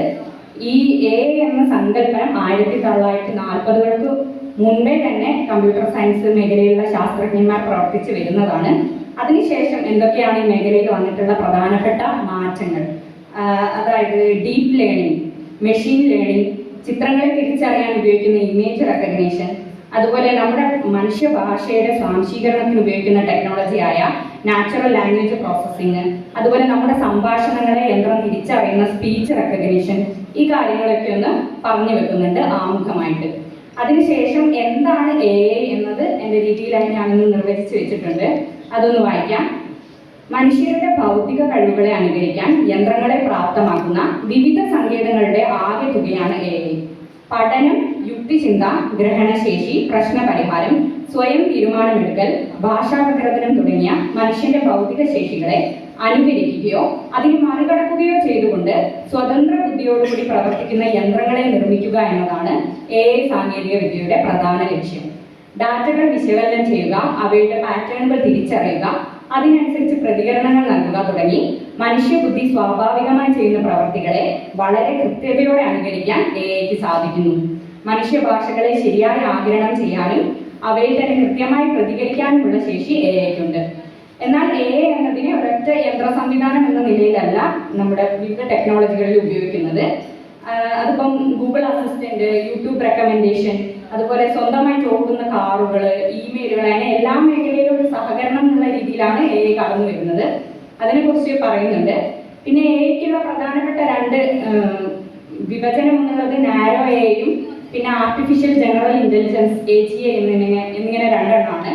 അതിലിപ്പം നമ്മുടെ ആപ്പിളിലുള്ള സിരി, ഗൂഗിൾ അസിസ്റ്റന്റ്, നമ്മുടെ ഫേസ്ബുക്കിലും ഒക്കെ വരുന്ന ഇമേജ്, ഓരോരോ വ്യക്തികളെയും വേർതിരിച്ചറിയുന്ന ഇമേജ് റെക്കഗ്നീഷൻ, അതുപോലെ ഇൻസ്റ്റഗ്രാമിലും യൂട്യൂബിലും നമ്മുടെ വ്യക്തി താല്പര്യത്തിനനുസരിച്ച് വരുന്ന സജഷനുകൾ, ഇതൊക്കെ ഈ നാരോ AIയുടെ സാങ്കേതിക വിദ്യയിൽ പെടുന്നതാണ്. പക്ഷേ AGI എന്ന് പറയുന്നത് കുറെ കൂടി വിശാലമായിട്ടുള്ള ആശയമാണ്. മനുഷ്യരെക്കാൾ മെച്ചപ്പെട്ട തരത്തിൽ ലോകത്തിലെ എല്ലാ വ്യാപാരങ്ങളിലും ഏർപ്പെടാൻ സാധിക്കുന്ന യന്ത്ര സംവിധാനങ്ങളാണ് AGI വിഭാവനം ചെയ്യുന്നത്. AGIയിലുള്ള ഗവേഷണങ്ങൾ ഇപ്പോൾ പുരോഗമിച്ചുകൊണ്ടിരിക്കുകയാണ്. വലിയ AGI മോഡലുകളൊന്നും വന്നിട്ടില്ല. ഭാവിയിൽ തീർച്ചയായും അത് കടന്നു വരാനുള്ള സാധ്യത തള്ളിക്കളയാൻ പറ്റില്ല. ഇനി ലാർജ് ലാംഗ്വേജ് മോഡലുകൾ എന്താണെന്നുള്ളതാണ് അടുത്ത ഒരു ഉപതലക്കെട്ടിൽ കൊടുത്തിരിക്കുന്നത്. അത് 2017 അവതരിപ്പിച്ച ട്രാൻസ്ഫോർമർ ആർക്കിടെക്ചർ എന്ന സാങ്കേതിക വിദ്യ നിർമ്മിത ബുദ്ധിയിൽ വലിയ മാറ്റങ്ങൾ കൊണ്ടുവന്നു. അതിന്റെ ഭാഗമായിട്ടാണ് ഈ LLM, ലാർജ് ലാംഗ്വേജ് മോഡലുകൾ. അത് ഞാൻ വലിയ ഭാഷാ മോഡലുകൾ എന്നൊരു പരിഭാഷ ഞാൻ തന്നെ കൊടുത്തിട്ടുണ്ട്. അപ്പൊ എന്താണ് ഈ LLM എന്ന് ഒന്ന് പറയാം. മനുഷ്യഭാഷയെ മനസ്സിലാക്കുക, ഈ ഭാഷ സൃഷ്ടിക്കുക, പ്രയോഗിക്കുക എന്നീ കർമ്മങ്ങൾക്കായി നിർമ്മിക്കപ്പെട്ടിട്ടുള്ള AI സങ്കേതമാണ് ലാർജ് ലാംഗ്വേജ് മോഡലുകൾ. എങ്ങനെയാണ് ഇവ പ്രവർത്തിക്കുന്നത്, എന്താണ് ഇതിന്റെ ആധാരമാകുന്നതെന്ന് ചോദിച്ചാൽ നമ്മുടെ പുസ്തകങ്ങൾ, വെബ്സൈറ്റുകൾ, വിവിധ ലേഖനങ്ങൾ, അങ്ങനെ നമ്മുടെ ഈ ഭൂമിയിൽ ലഭ്യമായിട്ടുള്ള എല്ലാ ടെക്സ്റ്റ് ഡാറ്റകളെയും ഇതിന് പരിശീലനം നൽകിയാണ്, പ്രീ ട്രെയിനിങ് നൽകിയിട്ടാണ് ഇത്തരം LLMകളെ സൃഷ്ടിച്ചെടുക്കുന്നത്. അവർക്ക് ഭാഷയിലെ വാക്കുകൾ, വാക്യക്രമം, വ്യാകരണം, അർത്ഥം, സന്ദർഭം, വൈകാരികത തുടങ്ങിയവയൊക്കെ മനസ്സിലാക്കാൻ ഈ മാതൃകൾക്ക് സാധിക്കുന്നുണ്ട്. മനുഷ്യർക്ക് സമാനമായ രീതിയിൽ ഭാഷയിൽ വിവരങ്ങൾ നിർമ്മിക്കാനും സങ്കീർണമായ ചോദ്യങ്ങൾ മനസ്സിലാക്കാനും മറുപടി നൽകാനും വിവിധ ഭാഷാവിഷ്കാരങ്ങൾ നടത്താനും ഇവയ്ക്ക് അഭൂതപൂർവമായ കഴിവുകളുണ്ട്. ഇത് AI ചരിത്രത്തിലെ പുതിയതും പരിവർത്തനപരവുമായ ഒരു കാലഘട്ടത്തിന് നാന്ദി കുറിച്ചു. ആ കാലഘട്ടത്തിലാണ് നമ്മളിപ്പോൾ നിലനിന്നുകൊണ്ടിരിക്കുന്നത്. അതിൽ ഞാനിപ്പോൾ ഉദാഹരണം പറഞ്ഞാൽ എല്ലാവർക്കും പെട്ടെന്ന് മനസ്സിലാകും. ഇതിൽ OpenAIയുടെ, മൈക്രോസോഫ്റ്റിന്റെ GPT സീരീസ്, ചാറ്റ് GPT, ഗൂഗിളിന്റെ ജെമിനൈ, അതുപോലെ ഫേസ്ബുക്ക് മെറ്റയുടെ ലാമ എന്നിവയാണ് പ്രധാനപ്പെട്ട ലാർജ് ലാംഗ്വേജ് മോഡലുകൾ. അതിപ്പോൾ നമ്മൾ ഭൂരിഭാഗം പേരിപ്പം നിലവിൽ ഉപയോഗിച്ചു കൊണ്ടിരിക്കുന്നുണ്ടാവണം. അപ്പം ഈ LLMന്റെ പ്രധാനമാകുന്നത് ഡാറ്റകളാണ്. ഈ ലാർജ് ലാംഗ്വേജ് മോഡലുകൾക്ക് ശേഖരിച്ച് വെക്കാനാകുന്ന ഡാറ്റകളുടെ അളവിൽ ഒരു പരിമിതിയില്ല. അതുപോലെ അനന്തമായ ഡാറ്റകളിൽ വിശകലനം ചെയ്തുകൊണ്ടാണ് ഇവ നമുക്ക് ഫലങ്ങൾ, റിസൾട്ടുകൾ വരുന്നത്. അപ്പം നമ്മുടെ ഈ മനുഷ്യരുടെ ഈ അക്കാദമികമായ പ്രവർത്തനങ്ങൾ, നമ്മുടെ സർഗാത്മക ശേഷി, ഇതിനൊക്കെ വലിയ ഭീഷണിയാണ് AI ഉയർത്തുന്നത് എന്നുള്ള രീതിയിൽ AIയുടെ വരവിന്റെ ആ കാലം മുതലേയുള്ള ചർച്ചകളാണ്. അപ്പൊ അതിനെയൊക്കെ അത് വളരെ ശരിയാണ്, ഇനി ഇതില്ലാതെ മുന്നോട്ട് പോകാൻ പറ്റില്ല എന്നുള്ള രീതിയിലേക്ക് ഇതിന്റെ ഉപയോഗം എല്ലാവരിലേക്കും വ്യാപിച്ചു കഴിഞ്ഞു എന്നുള്ളതാണ് യാഥാർത്ഥ്യം. അപ്പം ലാർജ് ലാംഗ്വേജ് മോഡലുകളും വിജ്ഞാന വിനിമയത്തിലെ പുതിയ ക്രമങ്ങളും എന്നാണ് അടുത്ത ഹെഡിങ്. അപ്പൊ എന്ത് മാറ്റമാണ് ഇവരെ കൊണ്ടുവന്നത് എന്നുള്ളതാണ് ഈ വലിയ പാരഗ്രാഫിൽ ഞാൻ കൊടുത്തിരിക്കുന്നത്. ചുരുക്കി പറയാം, ഈ LLM നമ്മുടെ മുന്നിലെത്തുന്നത്, നമുക്ക് ഉപയോഗിക്കാൻ പറ്റുന്നത് ചാറ്റ് ബോട്ടുകളുടെ രൂപത്തിലാണ്. ഇത് ഇത്രയും വലിയൊരു സംഭവമാണെന്നുള്ളത് നമ്മൾ അറിയുന്നില്ലല്ലോ. നമ്മുടെ ഒരു ചാറ്റ് ബോക്സിൽ നമ്മുടെ വാട്സപ്പ് ഉപയോഗിക്കുമ്പോൾ അതിന്റെ സൈഡിൽ അല്ലെങ്കിൽ ഗൂഗിൾ സെർച്ചിന്റെ മുകളിലൊക്കെ ആയിട്ട് ചെറിയ ബട്ടണുകളായിട്ടാണ് വരുന്നത്. അപ്പൊ അതിന്റെ ആ ഒരു സങ്കേതത്തിനെയാണ് ചാറ്റ് ബോട്ട് എന്ന് പറയുന്നത്. അപ്പൊ മനുഷ്യ സംഭാഷണങ്ങളെ അനുകരിക്കാൻ ഈ natural language processing, machine learning, conversational AI തുടങ്ങിയ സാങ്കേതിക വിദ്യകളെ ഉപയോഗിക്കുന്ന കമ്പ്യൂട്ടർ പ്രോഗ്രാമുകളാണ് AI ചാറ്റ്ബോട്ടുകൾ. അതിലേക്ക് നമ്മൾ ടെക്സ്റ്റ് ആയിട്ടോ അല്ലെങ്കിൽ വോയിസ് ആയിട്ടോ നൽകുന്ന ഇൻപുട്ടുകൾക്ക് നമ്മുടെ സ്വാഭാവിക മനുഷ്യ സംഭാഷണത്തിനോട് സമാനമായ രീതിയിലാണ് നമുക്ക് തിരിച്ച് മറുപടികൾ ലഭിക്കുകയും ചെയ്യുന്നത്. അപ്പം ഇത്തരം ചാറ്റ്ബോട്ടുകളുടെ വരവ് കൊണ്ടുവന്നിട്ടുള്ള ഒരു വലിയ മാറ്റമാണ് ഈ AI ചാറ്റ്ബോട്ടുകളിൽ നമുക്ക് വേണ്ട വിവരങ്ങളെ കുറിച്ചുള്ള ചോദ്യങ്ങൾ മാത്രം നൽകിയാൽ മതി. മുൻപൊക്കെ ആയിരുന്നെങ്കിൽ നമ്മൾ എന്തെങ്കിലും ഒരു വിവരം ഇന്റർനെറ്റിൽ തിരയുമ്പോൾ അതിൻ്റെ സെർച്ച് ബോക്സിൽ നമ്മൾ ആ വിഷയം അടിക്കുകയും കൂടുതലായിട്ട് എത്രയോ അധികം വെബ്സൈറ്റ് വരികയും അത് നമ്മൾ തന്നെ ഇന്ന് ആലോചിച്ച് എല്ലാ വെബ്സൈറ്റുകളും നോക്കി പഠനഫലങ്ങൾ തയ്യാറാക്കേണ്ടിയിരുന്നു. അപ്പൊ അതിൽ ഇവർ കൊണ്ടുവരുന്ന മാറ്റം എന്ന് പറഞ്ഞാൽ ചാറ്റ്ബോട്ടുകൾ അതിന്റെ ഡാറ്റ ശേഖരത്തിൽ നിന്നും സ്വയം വിവരങ്ങൾ തിരഞ്ഞെടുത്ത് ഏറ്റവും മികച്ച ഉത്തരങ്ങൾ തിരികെ നൽകുന്നു. ഒരു വ്യക്തി വിവിധ വെബ്സൈറ്റുകളിൽ പരതി കാര്യങ്ങൾ ഗ്രഹിക്കുന്നതിന്റെ എത്രയോ മടങ്ങ് വേഗത്തിലും ഏറ്റവും മികച്ച രൂപത്തിലുമാണ് ഈ ഫലങ്ങൾ ലഭ്യമാകുന്നത്. ഈ ഫലങ്ങൾ എന്ന് പറഞ്ഞാൽ കേവലം ഉത്തരങ്ങൾ എന്നുള്ളതല്ല, കേവലം വിവരവിനിമയം എന്നതിൽ കവിഞ്ഞ് ഉപഭോക്താവിന്റെ ആവശ്യാനുസരണം ഉള്ളടക്കങ്ങൾ അല്ലെങ്കിൽ കണ്ടന്റുകൾ നിർമ്മിച്ച് നൽകാൻ കൂടി ഇവയ്ക്ക് സാധിക്കുന്നുണ്ട്. ഇപ്പം വിവരണങ്ങൾ, ലേഖനങ്ങൾ, ഗവേഷണ പ്രബന്ധങ്ങൾ, ഗണിത പ്രശ്നങ്ങൾ, അങ്ങനെ നമുക്ക് എന്താണോ ആവശ്യം അതിനനുസരിച്ചുള്ള പഠനഫലങ്ങൾ ഈ AI ചാറ്റ്ബോട്ടുകൾ നമുക്ക് നിർമ്മിച്ച് നൽകുകയാണ് ചെയ്യുന്നത്. അപ്പൊ ഈ നിർമ്മാണത്തിൽ ഒരു കഴിവ് നമ്മൾ കാണിക്കേണ്ടത് നമ്മൾ അതിൽ കൊടുക്കുന്ന ചോദ്യം, ആ ചോദ്യത്തിന് പ്രോംപ്റ്റ്സ് എന്നാ പറയുക. അപ്പൊ AI ചാറ്റ്ബോട്ടിൽ നമ്മൾ കൊടുക്കുന്ന പ്രോംപ്റ്റില് ഒരു വൈദഗ്ധ്യം പ്രകടിപ്പിക്കാൻ നമുക്ക് കഴിവുണ്ടായാൽ മതി. അത് നമ്മൾ സ്വയം മനുഷ്യൻ നിർമ്മിച്ചതാണെന്നുള്ള തരത്തിൽ തെറ്റിദ്ധരിപ്പിക്കാൻ സാധ്യതയുള്ള പഠനഫലങ്ങൾ നമുക്ക് നിർമ്മിച്ചെടുക്കാം. അതുപോലെ ഈ ഇത്തരം ചാറ്റ്ബോട്ടുകളിൽ ഇപ്പോൾ പുസ്തകങ്ങൾ മുഴുവനായിട്ട്, നമ്മുടെ ഗവേഷണത്തിന്റെ ഡാറ്റകൾ മുഴുവനായിട്ട്, ചിത്രങ്ങൾ, ഗ്രാഫുകൾ തുടങ്ങിയവയൊക്കെ ഇതിൽ ഇൻപുട്ടായിട്ട് നൽകാൻ സാധിക്കുന്നുണ്ട്. അത് വിശകലനം ചെയ്തു തരികയും ചെയ്യും. ഇംഗ്ലീഷിൽ വളരെ മികച്ച രീതിയിലാണ് ഇതിന്റെ പ്രവർത്തനം പോകുന്നത്. പിന്നെ സർഗാത്മക ശേഷി ആവശ്യമുള്ള കഥ, കവിത, തിരക്കഥ, ചിത്രരചന, ഫോട്ടോ, വീഡിയോ, ആനിമേഷൻ, സംഗീതം തുടങ്ങി ഏത് കലകൾക്ക് ആവശ്യമായിട്ടുള്ള രീതിയിൽ നമ്മുടെ പ്രോംപ്റ്റ്സ് അനുസരിച്ച് നിർമ്മിച്ചു തരുന്ന AI ചാറ്റ്ബോട്ടുകളും ഇവിടെ നിലവിൽ വന്നു കഴിഞ്ഞു. അത്തരം കാര്യങ്ങളാണ് ഇതെന്ത് മാറ്റങ്ങൾ കൊണ്ടുവന്നു എന്നുള്ളതിൽ പ്രധാനപ്പെട്ട പോയിന്റുകൾ. കുറേയധികം വിട്ടു വായിക്കാം. ഇനി ഈ നവവിവര സാങ്കേതിക വിദ്യകളിലെ പ്രാദേശിക ഭാഷകളുടെ പ്രാതിനിധ്യം എന്നുള്ള ഒരു ഹെഡിങ്ങിലെ ഒരു പ്രശ്നം, ഡിജിറ്റൽ ഡിവൈഡ് എന്നുള്ള ഒരു പ്രശ്നം ചർച്ച ചെയ്യുകയാണ്. ഈ AI പോലെയുള്ള നവവിവര സാങ്കേതിക വിദ്യകളെ കുറിച്ച് പരാമർശിക്കുമ്പോൾ അവ ഏതെല്ലാം ഭാഷകളിൽ ലഭ്യമാകുന്നു, ഏതെല്ലാം സമൂഹങ്ങൾക്ക് ഇതിന്റെ ഉപഭോക്താക്കളാകാൻ കഴിയുന്നു എന്ന ചോദ്യങ്ങൾ പ്രസക്തമാണ്. സമൂഹത്തിലെ ഒരു വിഭാഗം ജനങ്ങൾ മാത്രം ഇത്തരം സങ്കേതങ്ങൾ പ്രയോജനപ്പെടുത്തുകയും മറുവിഭാഗത്തിന് ഇത് അപ്രാപ്യമാവുകയോ ശരിയായി ഉപയോഗിക്കാൻ കഴിയാതിരിക്കുകയോ ചെയ്യുന്ന അവസ്ഥ സാമൂഹിക വിവേചനങ്ങൾ ഉണ്ടാകാനുള്ള ഒരു പ്രധാന കാരണമായിട്ട് തിരിച്ചറിഞ്ഞിട്ടുണ്ട്.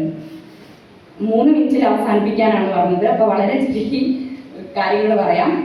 അപ്പം ഇത്തരത്തിലൊരു ഡിജിറ്റൽ ഡിവൈഡിനെ മാറ്റി നിർത്താൻ, ഒഴിവാക്കണമെങ്കിൽ സാധാരണക്കാരന് മനസ്സിലാകുന്ന നമ്മുടെ ഭാഷ, ഒന്നാം ഭാഷയിൽ ഇത്തരം വിവരങ്ങൾ ലഭ്യമാവുക, ഈ ഉപകരണങ്ങൾ ഉപയോഗിച്ചുള്ള പഠന പ്രവർത്തനത്തിലേക്ക് നടക്കുമ്പോൾ നമ്മുടെ ഭാഷയിൽ ഇത് നന്നായിട്ട് ഉപയോഗിക്കാനുള്ള ഒരു ശേഷി ഉണ്ടായെങ്കിൽ മാത്രമേ ഇതിൽ എന്തെങ്കിലും ഒരു വികസനം നമ്മുടെ സമൂഹത്തിൽ ഉണ്ടാവും എന്നുള്ളൊരു കാര്യമാണ് പറയുന്നത്.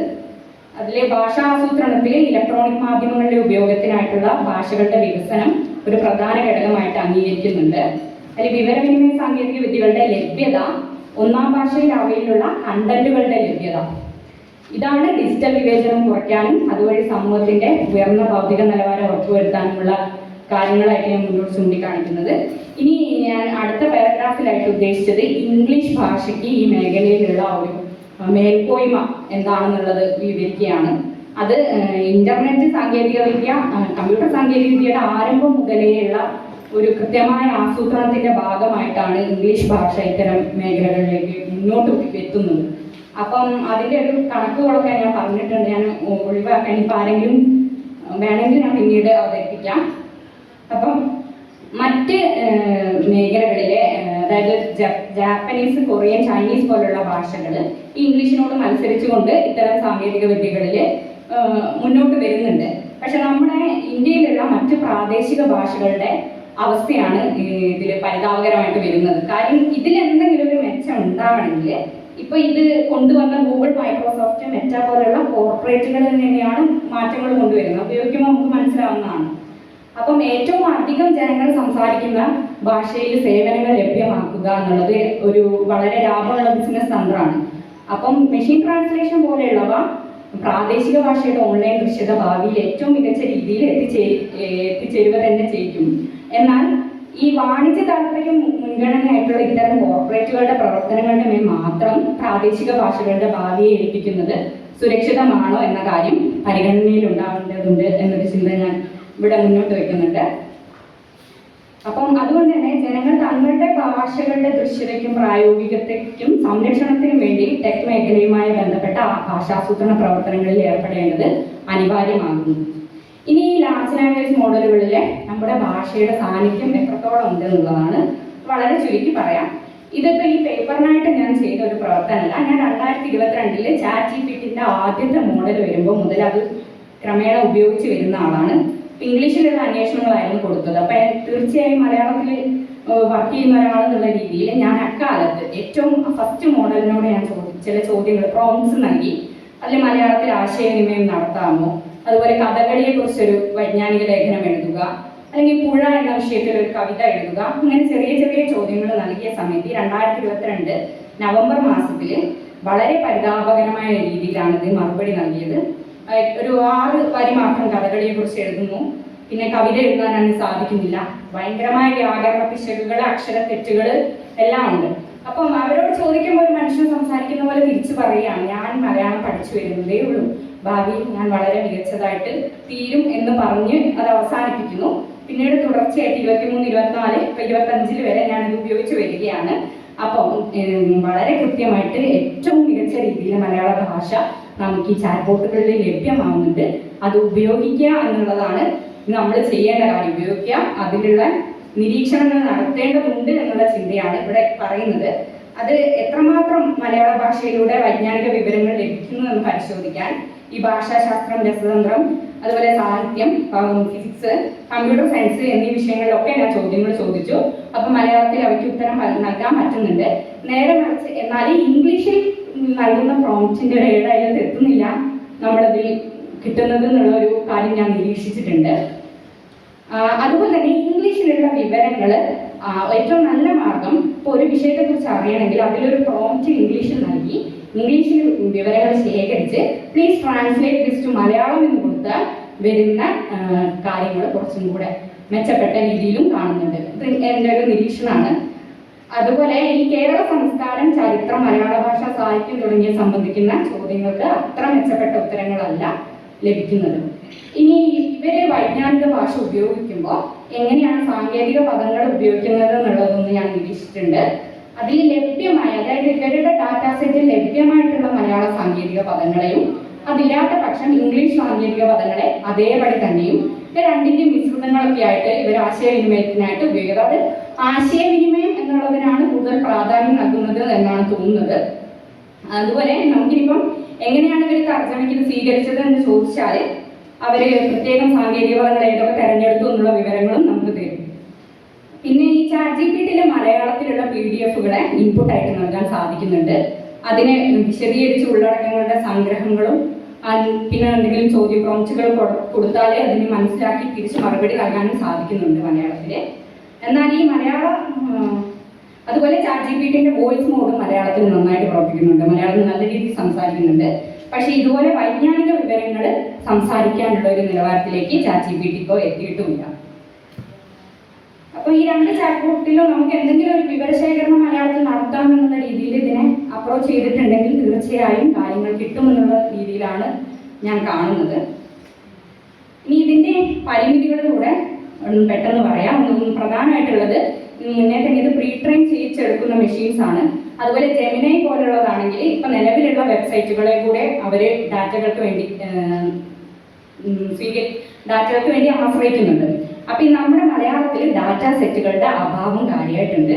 അപ്പോൾ പ്രാദേശിക കലാ, സാഹിത്യം, പാരമ്പര്യ വിജ്ഞാനം, സംസ്കാരം എന്നിവ മലയാള ഭാഷയായിട്ടും കേരളമായിട്ട് ബന്ധപ്പെട്ടുള്ള ഡാറ്റകൾ വളരെ ശുഷ്കമാണ്. പിന്നെ ഉള്ളത് ഈ മെഷീൻ ട്രാൻസ്ലേഷൻ, യന്ത്രവിവർത്തനത്തിലുള്ള അപാകതകളാണ്. അത് ശാസ്ത്ര സാങ്കേതിക പദങ്ങളുടെ വിവർത്തനത്തിലും തെരഞ്ഞെടുപ്പിലും നിലവാരക്കുറവ്, തെറ്റുകൾ, അസ്ഥിരത, ഐകരൂപ്യമില്ലായ്മ, ഇത്രയും കാര്യങ്ങൾ ഞാൻ നോക്കിയിട്ടുണ്ട്. അതിന് ഞാൻ കുറച്ച് ഉദാഹരണങ്ങൾ കൊടുത്തിട്ടുണ്ട്. അപ്പോൾ അത് ഇവിടെ വിവരിക്കുന്നില്ല. ഇനി സാങ്കേതിക പദങ്ങളുടെ തിരഞ്ഞെടുപ്പിനും തർജ്ജമയ്ക്കും ആവശ്യമായ ഡാറ്റ കോർപ്പസ് ഇവയ്ക്ക് ശരിയായി ലഭിച്ചിട്ടില്ല എന്ന് മനസ്സിലാക്കണം. ചിലയിടങ്ങളിലൊക്കെ അക്ഷര പിശകുകളും തെറ്റായ വാക്യ സംവിധാനവും മറ്റ് വ്യാകരണ പിശകുകളും ഇപ്പോഴും കാണുന്നുണ്ട്. പിന്നെ ഭാവിയിലേക്കുള്ള ആസൂത്രണ പദ്ധതികൾ എന്ന് പറയുന്നത് നമുക്ക് എന്ത് ചെയ്യാൻ പറ്റുന്നുള്ളതാണ്. എൻ്റെ ഒരു അനുഭവത്തിൽ ഈ ടെക് കമ്പനികൾ തന്നെ പ്രാദേശിക ഭാഷകളിലുള്ള പെർഫോമൻസ് കൂട്ടാൻ വേണ്ടി നിരന്തരം ശ്രമിക്കുന്നുണ്ട്. ഇപ്പം ഇന്നലെ ഞാൻ നോക്കിയപ്പോൾ ജെമിനിയുടെ ഒരു പുതിയ ഫ്ലാഷ് മോഡൽ വന്നിട്ടുണ്ട്. അത് കുറേ കൂടെ നന്നായിട്ട് കാര്യങ്ങൾ പ്രവർത്തിക്കുന്നുണ്ട്. അപ്പം നമുക്ക് ഈ ഭാഗത്തു നിന്ന് മലയാളികൾ എന്ന രീതിയിൽ അല്ലെങ്കിൽ ഭാഷ പഠിക്കുന്നവർ എന്ന രീതിയിൽ എന്ത് ചെയ്യാൻ പറ്റും എന്നുള്ളൊരു ആസൂത്രണ പദ്ധതികൾ എന്ന രീതിയിൽ ഞാൻ കൊടുത്തിട്ടുണ്ട്. അതിൽ ഒന്നാമത്തത് നമ്മുടെ ഈ ഡാറ്റ ശേഖരങ്ങളുടെ നിർമ്മാണമാണ് പ്രഥമ പരിഗണനയിലുണ്ടാകുന്നത്. നമ്മുടെ അച്ചടി രൂപത്തിൽ ലഭ്യമായിട്ടുള്ള എല്ലാ സാഹിത്യ വിജ്ഞാന സ്രോതസ്സുകളെയും ഈ ഡിജിറ്റൽ വൽക്കരിക്കാനുള്ള ശ്രമങ്ങൾ നമ്മുടെ ഭാഗത്തു നിന്നുണ്ടാവണം. അത് നമ്മുടെ ഈ റിസർച്ച് മേഖലയെ വലിയ തോതിൽ അത് സഹായിക്കും എന്നുള്ളതാണ് പറയാനുള്ളത്. പിന്നെ ഈ മെഷീൻ ട്രാൻസ്ലേഷനിലുള്ള പ്രശ്നങ്ങൾ, ഈ സാങ്കേതിക പദങ്ങളെ സംബന്ധിക്കുന്ന പ്രശ്നങ്ങൾ, ഈ വ്യാകരണ പ്രശ്നങ്ങൾ, ഇവയൊക്കെ മറികടക്കാൻ വേണ്ടി മെഷീൻ ട്രാൻസ്ലേഷന് പരിശീലനം കൊടുക്കുമല്ലോ, ആ മേഖലയിൽ നമ്മൾ കുറച്ചുകൂടെ ശ്രദ്ധിക്കേണ്ടതുണ്ട്. ഇനി നമ്മൾ നിരന്തരം ഇത്തരം കാര്യങ്ങൾ മലയാള ഭാഷയിൽ ഉപയോഗിക്കുക എന്നുള്ളതാണ് അടുത്തത്. കാര്യം നമ്മളുടെ ഇടപെടലുകൾ, ഫീഡ്ബാക്കുകൾ ശേഖരിച്ചുകൊണ്ട് ഇവ സ്വയം വികസിക്കുന്നുണ്ട്. അപ്പം നമ്മൾ ഭാഷാ വിദ്യാർത്ഥികളും എല്ലാവരും തന്നെ മലയാള ഭാഷയെ കൂടുതലായി ഉപയോഗിക്കുക എന്നുള്ളതും ഇതിലൊരു വികസനത്തിനുള്ള പ്രധാന കാര്യമാണ്. ഇത്തരം കാര്യങ്ങളൊക്കെ ഒന്ന് ചുരുക്കി ഒരു ഉപസംഹാരം കൊടുത്തിട്ടുണ്ട്. അപ്പോൾ നന്ദി.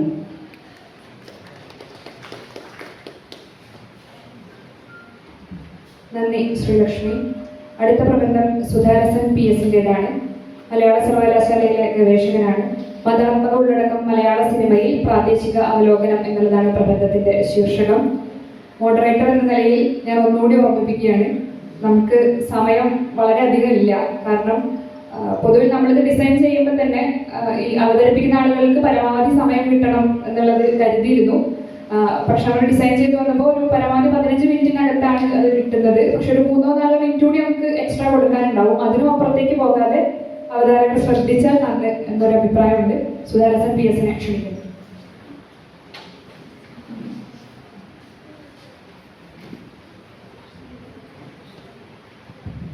എല്ലാവർക്കും നമസ്കാരം. ഈ വിഷയം എന്ന് പറയുന്നത് മതാത്മക ഉള്ളടക്കം മലയാള സിനിമയിൽ പ്രാദേശിക അവലോകനം എന്നാണ്.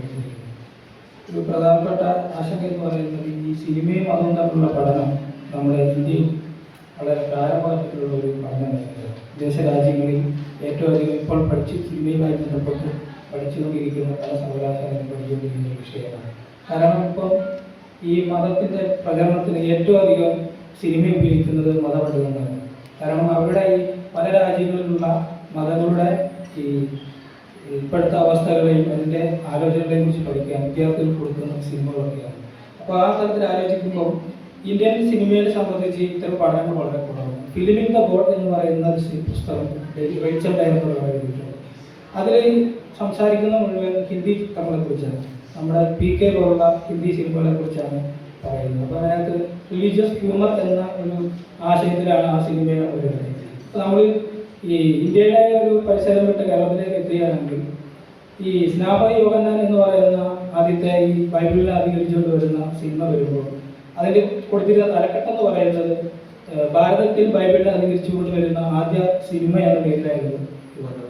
അപ്പോൾ ലോകത്തിൽ പ്രചാരമുള്ള ഏറ്റവും വലിയൊരു പ്രധാനപ്പെട്ട മതങ്ങളിൽ ഒന്നായി ക്രിസ്ത്യാനിറ്റി എന്ന് പറയുന്നത് നമ്മുടെ ഇന്ത്യയിലും ഒപ്പം തന്നെ കേരളത്തിലും. അപ്പോൾ ഇവിടെ പല സമയങ്ങളിലും മതത്തെ അടിസ്ഥാനപ്പെടുത്തിക്കൊണ്ട് ഒരുപാട് സിനിമകളുണ്ട്. അതിപ്പം മുസ്ലിം ആയാലും നമ്മുടെ മറ്റിതര മതങ്ങളായിരുന്നാൽ പോലും അതിൽ എനിക്ക് വളരെ രസകരമായി അല്ലെങ്കിൽ ഒരു കൗതുകരമായി തോന്നിയിട്ടുള്ളത് ഈ ക്രിസ്ത്യൻ സമൂഹത്തെ പറ്റി വരുന്ന സിനിമകളാണ്. ഇവരുടെ സിനിമയുടെ ആലോചന ഒരുപാട് ഡയറക്റ്റ് ക്രിറ്റിസിസം വരും. നമ്മൾ പല സിനിമയിലെ അച്ഛന്മാരെ ക്രിറ്റിസിസം നടത്തുന്നുണ്ട്. അപ്പം അത്തരത്തിലുള്ള ഒരു സമീപനം അവരുടെ സിനിമാ സംവിധാനത്തിനകത്ത് വളരെ കുറച്ച് കാലം മുമ്പ് വരെ ഉണ്ടായിരുന്നു. പിന്നീട് അത് നിന്നു പോകുന്ന സ്ഥിതി. കാരണം ഇന്ന് അത്തരം ആലോചനാപരമായിട്ടുള്ള സിനിമ എടുക്കാൻ വളരെ ബുദ്ധിമുട്ടുള്ള കാലഘട്ടത്തിലാണ്. അപ്പോൾ ഞാൻ ഈ ഇതുമായി ബന്ധപ്പെട്ട എൻ്റെ ഗവേഷണം ഈ മതവുമായി ബന്ധപ്പെട്ടുള്ള കാര്യങ്ങളായതുകൊണ്ട് കൗതുകരമായി തോന്നിയ അല്ലെങ്കിൽ ഒരു നമ്മൾ പൊതുസമൂഹത്തോട് പറയണമെന്ന് തോന്നിയിട്ടുള്ള ഒരു ചരിത്രകാരനാണ് ലിജോ ജോസ് പല്ലിശ്ശേരി. ലിജോ ജോസ് പല്ലിശ്ശേരിയുടെ 3 സിനിമകളെയാണ് ഞാനിവിടെ ഈ നിങ്ങൾക്ക് മുമ്പിൽ അവതരിപ്പിക്കാൻ ശ്രമിക്കുന്നത്. എത്രത്തോളം അത് നിങ്ങൾക്ക് എൻ്റെ അവതരണം കൊണ്ട് എത്രത്തോളം നിങ്ങൾക്ക് മനസ്സിലാവുമെന്ന് എന്നാൽ പോലും അത് ഞാനുള്ള ശ്രമം നടത്തുകയാണ്. അതിനകത്ത് ഈ മൈ ഔ എന്നുള്ള സിനിമയിൽ ആമീൻ, അങ്കമാലി ഡയറീസ് എന്നീ 3 സിനിമകളെയാണ് ഞാൻ നിങ്ങളുടെ മുമ്പിൽ ഈ പ്രബന്ധ അവതരണത്തിനായി തിരഞ്ഞെടുത്തിരിക്കുന്നത്. അതിൽ മലോറിയനായി എന്ന് പറയുന്ന സൈദ്ധാന്തിക ബേസിക് റിലീജിയുമായി ബന്ധപ്പെട്ട് സംസാരിച്ച സൈദ്ധാന്തികം പറഞ്ഞിരിക്കുന്നു. ദൈനംദിന ജീവിതത്തിൽ മനുഷ്യൻ ചെയ്യുന്നുണ്ടോ അതാണ് മതം. ആ രീതിയിലെ കൺസെപ്റ്റിലാണ് ഈ ആലോചനയിലേക്ക് ഞാൻ വരുന്നത്. അപ്പോൾ ലിജോയുടെ സിനിമകൾ നമ്മൾ എടുക്കുകയാണെങ്കിൽ നേരിട്ട് വരികയാണ്, സമയം കൃഷ്ണ പറഞ്ഞതുകൊണ്ട് അത് പെട്ടെന്ന് കിടക്കുകയാണ്. ഈ മൈ ഔ, ആമീൻ, അങ്കമാലി ഡയറീസ് ഈ 3 സിനിമയിൽ പ്രധാന എലിമെന്റ് ആയിട്ട് നിർത്തിയിരിക്കുന്നത് റിലീജിയസ് ഇൻസ്റ്റിറ്റ്യൂഷൻ ആയിട്ടുള്ള പള്ളിയാണ്. ഈ പള്ളിയെ കേന്ദ്രീകരിച്ചുകൊണ്ടാണ് ഈ സിനിമയിലെ സകലമായ വ്യവഹാരങ്ങളും നടന്നു പോകുന്നത്. പ്രധാനപ്പെട്ടതായിട്ട് അത് വരുമ്പം ഈ പെപ്പെ എന്ന് പറയുന്ന കഥാപാത്രം ഒരു അവസരത്തിൽ സംസാരിക്കുന്നുണ്ട്. അതായത് എൻ്റെ പേര് പെപ്പെ എന്നാണ്, എൻ്റെ ക്രിസ്തുവിൻ്റെ അച്ഛൻ്റെ പേരാണ്. കൃത്യമായി ഇത്തരത്തിലുള്ള എലമെന്റുകൾ എവിടെയൊക്കെ കൊടുക്കാൻ കഴിയുന്നു അവിടെയൊക്കെ ലിജോ കൊടുക്കുന്നുണ്ട്. സിനിമയുടെ തുടക്കം മുതൽ അവസാനം വരെ ഇത് പുതിയ കാലത്തിൽ എങ്ങനെയാണ് മതം വർക്ക് ചെയ്യുന്നത്, അതായത് നമ്മളൊരു പള്ളി സ്ഥാപനത്തിൽ പോകാതെ എങ്ങനെ ഈ സോഷ്യൽ മീഡിയ അല്ലെങ്കിൽ നമ്മുടെ ഇന്റർനെറ്റ് എന്നീ തരത്തിൽ പുതിയ മീഡിയത്തിലൂടെ മതം എങ്ങനെ മനുഷ്യ സമൂഹത്തിൽ വർക്ക് ചെയ്യുന്നുള്ള ഒരു ആലോചന ഈ സിനിമയുടെ ഭാഗത്തുനിന്ന് ചിന്തിക്കുമ്പോൾ എനിക്ക് തോന്നുന്നു ലിജോയുടെ സിനിമകളെ കുറിച്ച് പഠിച്ചാൽ ഒരു പരിധി വരെ അത്തരത്തിലുള്ളൊരു ആശയം ഇതിനകത്ത് ഉണ്ട്. അപ്പം ഇതിനകത്ത് ഇപ്പം നമ്മൾ പറയുകയാണെങ്കിൽ ഇപ്പം PK എന്ന് പറയുന്ന സിനിമ അത് ഹിന്ദി സിനിമയാണ്. അപ്പം അതിനകത്ത് ഉപയോഗിച്ചിരിക്കുന്ന റിലീജിയസ് ഹ്യൂമർ, അതായത് എങ്ങനെയാണ് മതത്തെ വിമർശനാത്മകമായിട്ടോ അല്ലാതെ പരിഗണിക്കുക. 2 തരത്തിലാണ് സിനിമയിൽ ഈ റിലീജിയൻ കടന്നു വരുന്നത്. ഒന്ന് ഡിവോഷണൽ രീതിയിൽ വരുന്നു, 2 പ്രതിപക്ഷമായി, അതായത് ഇതിനെ വിമർശനാത്മക രൂപമായിട്ട് സിനിമയിൽ അവതരിപ്പിക്കുന്നു. ഇതിനെ മിക്സഡ് രൂപത്തിൽ അവതരിപ്പിക്കുന്നവരുണ്ട്, അല്ലാതെ അവതരിപ്പിക്കുന്നുണ്ട്. റിലീജിയസ് സിനിമയെക്കുറിച്ച് പറയുകയാണെങ്കിൽ എന്നെ സംബന്ധിച്ച് ആളുകൾ പറയുന്നത് റിലീജിയസ് ആയിട്ടുള്ള കാര്യങ്ങളെ വിമർശിക്കുകയാണ്. പക്ഷേ ഞാൻ പറയുന്നതല്ല, പുതിയ കാലത്ത് സിനിമയിലൂടെ എങ്ങനെയാണ് മതം നമ്മുടെ സമൂഹത്തിൽ വരുന്നത് എന്നുള്ളതാണ് ആ സിനിമയിലൂടെ അവതരിപ്പിക്കുന്നത്. ഇതിനകത്ത് നമ്മൾ സാധാരണ പള്ളിയിൽ പോകുന്നത് പോലെയോ അല്ലെങ്കിൽ അമ്പലത്തിൽ പോകുന്നത് പോലെയോ പോകണം. കാരണം മതങ്ങളെ പ്രചരിപ്പിക്കുക എന്ന് പറഞ്ഞാൽ വളരെ പ്രധാനപ്പെട്ട ഒരു സാധനം എന്ന് പറഞ്ഞാൽ ഇതിൻ്റെ നിർമ്മിതി തന്നെ ഒരു വിഷ്വലായിട്ടുള്ള ട്രീറ്റാണ്, അല്ലെങ്കിൽ വിശ്വപരമായിട്ടുള്ള ട്രീറ്റാണ്. പള്ളികളുടെ ആയാലും ഈ അമ്പലങ്ങളുടെ ആയാലും മറ്റ് ആരാധനകളുടെ ആയാലും ഇതിൻ്റെ ഈ സെറ്റപ്പ് തന്നെ ഒരു വിശ്വപരമായിട്ടുള്ള കണ്ണിന് അടങ്ങി തരുന്നുണ്ടെങ്കിൽ അതിനെ സൗന്ദര്യാത്മകമായി സെറ്റ് ചെയ്യുന്നു. അതുപോലെ തന്നെ എങ്ങനെ സിനിമയ്ക്കകത്ത് റിലീജിയൻ വരുന്നു, മതം എങ്ങനെ സിനിമയിൽ നിന്നുള്ളതല്ല, സിനിമയ്ക്കകത്ത് എങ്ങനെ മതം രൂപാന്തരപ്പെട്ടു വരുന്നു എന്നുള്ളതാണ് ഇവരുടെ ആലോചന. അതിനകത്ത് സിനിമയുടെ ഒരു ചെറിയ പോർഷൻ ഞാൻ നിങ്ങൾക്ക് ഇത് കേൾപ്പിക്കാൻ അറിയിക്കണം. ഒരു 3 സിനിമ ആയതുകൊണ്ട് പെട്ടെന്ന് അവതരിപ്പിച്ച് കഴിയുമ്പോൾ ഒരു ബുദ്ധിമുട്ടുണ്ട്. എന്നാൽ പോലും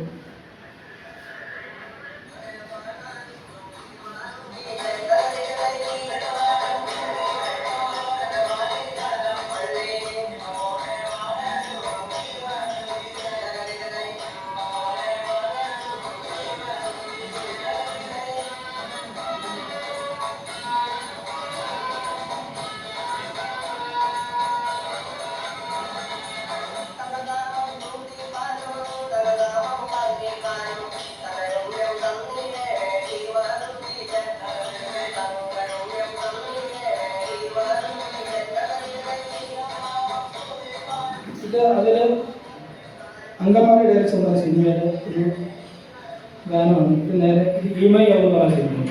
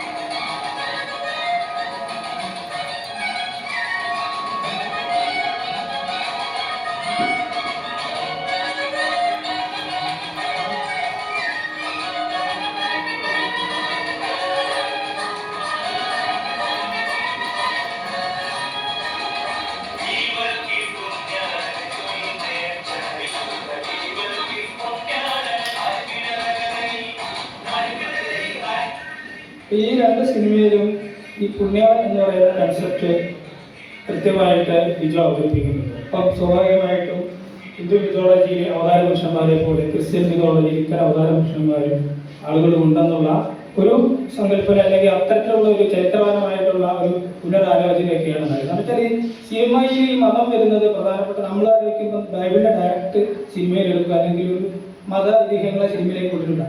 പുതിയ കാലത്ത് അതിനെ നവീകരിച്ച് അവതരിപ്പിക്കുക ഡയറക്റ്റ്. ആ നവീകരണത്തിലൂടെ അവതരിപ്പിക്കുമ്പോൾ ഒറ്റ കാഴ്ചയിൽ അത് വെറും മലയാള സിനിമയാണ്. പക്ഷേ അതിൻ്റെ ഉള്ളിലുള്ള കാഴ്ചയിലൂടെ ഇതിനകത്ത് മതാത്മകമായിട്ട് അല്ലെങ്കിൽ മതപരമായിട്ടൊരു ഉള്ളടക്കം ഉണ്ട് എന്നുള്ളൊരു ബോധ്യം നമുക്കുണ്ടാകും. അത് നമ്മൾ ശ്രദ്ധിക്കാതെ പോകുന്നത് ഇപ്പം ലിജോയുടെ സിനിമകൾ എപ്പോഴും നമുക്കൊരു ഇമാജിനേറ്റീവ് സ്പേസ് കിട്ടും. അത് ഫെയ്ത്തിൻ്റെ ആകാം, ഫിലോസഫിക്കലാകാം. ആളുകൾ ഫിലോസഫിക്കലായിട്ടൊക്കെ ചിന്തിക്കും. അതിനകത്ത് ഏറ്റവും അധികം എന്നെ സംബന്ധിച്ച് ഞാൻ മനസ്സിലാക്കുന്നത് റിലീജിയസ് ആയിട്ടുള്ള ഫെയ്ത്തോടുള്ള ഒരു നമുക്കുള്ളൊരു അവസരം തന്നു പോവുകയാണ്. സിനിമ പെട്ടെന്ന് നിന്ന് പോവുകയും ഈമേനോ എന്ന് പറഞ്ഞ സിനിമയിൽ ഒരു മരണാന്തരമായ ചടങ്ങ് ഇതിന് പ്രധാനപ്പെട്ട വിഷയമാണ്. അവിടെ ഈ പുരോഹിതൻ എന്ന് പറയുന്ന ആള് ഈ ശവം അല്ലെങ്കിൽ ഈ മൃതദേഹം അടക്കൂല എന്ന് പറയുമ്പോൾ അദ്ദേഹത്തെ തല്ലുകയാണ് ചെയ്യുന്നത്. അപ്പം നിലവിൽ നിൽക്കുന്ന ഇൻസ്റ്റിറ്റ്യൂഷനെ എതിർക്കുകയും ഒപ്പം തന്നെ ലിജോ തന്നെ അയാളുടെ ചിന്താ ലോകത്തുണ്ടാക്കിയെടുത്ത മതത്തെ പറ്റിയുള്ള ഒരു ഐഡിയോളജി അല്ലെ ആലോചന, അതിനെ നമുക്ക് വിഷ്വൽ റിലീജിയൻ എന്ന രീതിയിൽ തന്നെ പറയാം. അതായത് ലിജോ അവതരിപ്പിക്കപ്പെടുന്ന വിഷ്വൽ റിലീജിയനാണ് ഈ 3 സിനിമകൾ. അദ്ദേഹത്തിന്റെ ബാക്കി സിനിമകൾ എടുത്താലും ഈ പറയുന്ന രീതിയിലൊക്കെ നമുക്ക് കാണാൻ കഴിയണം.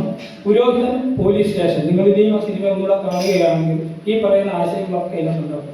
പോലീസ് സ്റ്റേഷൻ, പുരോഹിതൻ, ഈ 2 നിയമങ്ങൾക്കിടയിൽ നടക്കുന്ന ഒരു സംഭാഷണമൊക്കെ ഈ സിനിമയിൽ എപ്പോഴും ഉണ്ടാകും. പിന്നീട് പറയുന്ന ഒരു പ്രധാനപ്പെട്ട എലമെന്റ് പ്രാദേശികമായിട്ട് വരുമ്പോൾ ഉണ്ടാകുന്ന ഒരു പ്രധാനപ്പെട്ട എലമെന്റ് എന്ന് പറയുന്നത് ഈ സിനിമയുടെ ഇപ്പം ഞാൻ ഒരു സിനിമ ജല്ലിക്കെട്ട് എന്ന് പറയുന്ന സിനിമയുടെ എടുക്കാനുള്ള സമയമില്ലാത്തതുകൊണ്ട് അത് എടുക്കാൻ അതിനകത്ത് ഈ പറയുന്ന ഈ മതം കടന്നു വരികയും മതത്തിൻ്റെ ഇൻസ്റ്റിറ്റ്യൂഷനായിട്ടുള്ള അവരുടെ പവർ, അവരുടെ അധികാരം, അവരുടെ സ്വത്ത്, സമ്പാദ്യം ഇതിനൊക്കെ ചോദ്യം ചെയ്യുകയും ചെയ്യുന്ന ഒരു സമീപനം ലിജോ സ്വീകരിക്കുന്നുണ്ട്. ഒപ്പം തന്നെ ലിജോയുടെ സിനിമകളുടെ പ്രദേശം എന്ന് പറയുന്നത് വളരെ ശ്രദ്ധമായിട്ട് നമ്മൾ ആലോചിച്ച് കഴിഞ്ഞാൽ ഒന്ന് തീരദേശം, ഒന്ന് ഈ കായൽപരമായിട്ടുള്ള കുമരംഗിരി എന്ന് പറയുന്ന സ്ഥലം. ഈ സ്ഥലങ്ങളെ ഡയറക്റ്റായിട്ട് അവതരിപ്പിക്കുന്നു. നിങ്ങൾ പ്രധാനപ്പെട്ടാണ് മനസ്സിലാക്കേണ്ട വിഷയം, പന്നി എന്ന് പറയുന്ന ആഹാര സാധനം ഒരു മതം കഴിക്കുക.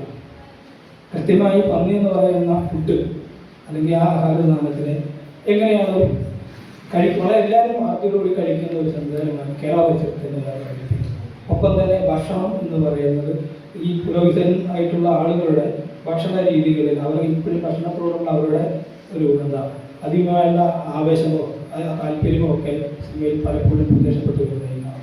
അപ്പോൾ ഈ 3 സിനിമയിലും ഇതുണ്ടാകുന്നുണ്ട്. പിന്നെ ഇത് 3 സിനിമയാണ്, ഒരുപാട് പേപ്പർ ഉണ്ടാകും. ഇത് വായിച്ചു പോകാൻ അവതരിപ്പിക്കുന്ന വിഷ്വൽ ഒരു സംഗതി ആയതുകൊണ്ട് ഇത് എങ്ങനെ അവതരിപ്പിക്കപ്പെടണം എന്നുള്ള പ്രധാനപ്പെട്ട വിഷയമാണ്. ഈ സമയം 15 മിനിറ്റ് എന്ന് പറയുന്ന സമയത്തിനുള്ളിൽ ഈ നിറച്ച് കൂടിയവും അതുപോലെ തന്നെ സംഭാഷണങ്ങളും. അപ്പം ആ സമയം ചുരുക്കിക്കൊണ്ട് ഞാൻ പറഞ്ഞ ആശയം നിങ്ങൾ എത്തിയിട്ടുണ്ടെന്നുള്ള വിശ്വാസത്തിൽ എന്തെങ്കിലും സംശയം പറയാം എന്ന രീതിയിൽ ഒരു കാര്യം കൂടെ നിങ്ങളെ കേൾപ്പിച്ചുകൊണ്ട് ഞാൻ പറഞ്ഞ ആശയങ്ങൾക്ക് മനസ്സിലായിട്ടുണ്ട് ആകാൻ വേണ്ടി കുറച്ചും കൂടെ ക്ലാരിറ്റി വരാൻ വേണ്ടി ഞാനിത് അവതരിപ്പിക്കുന്നു.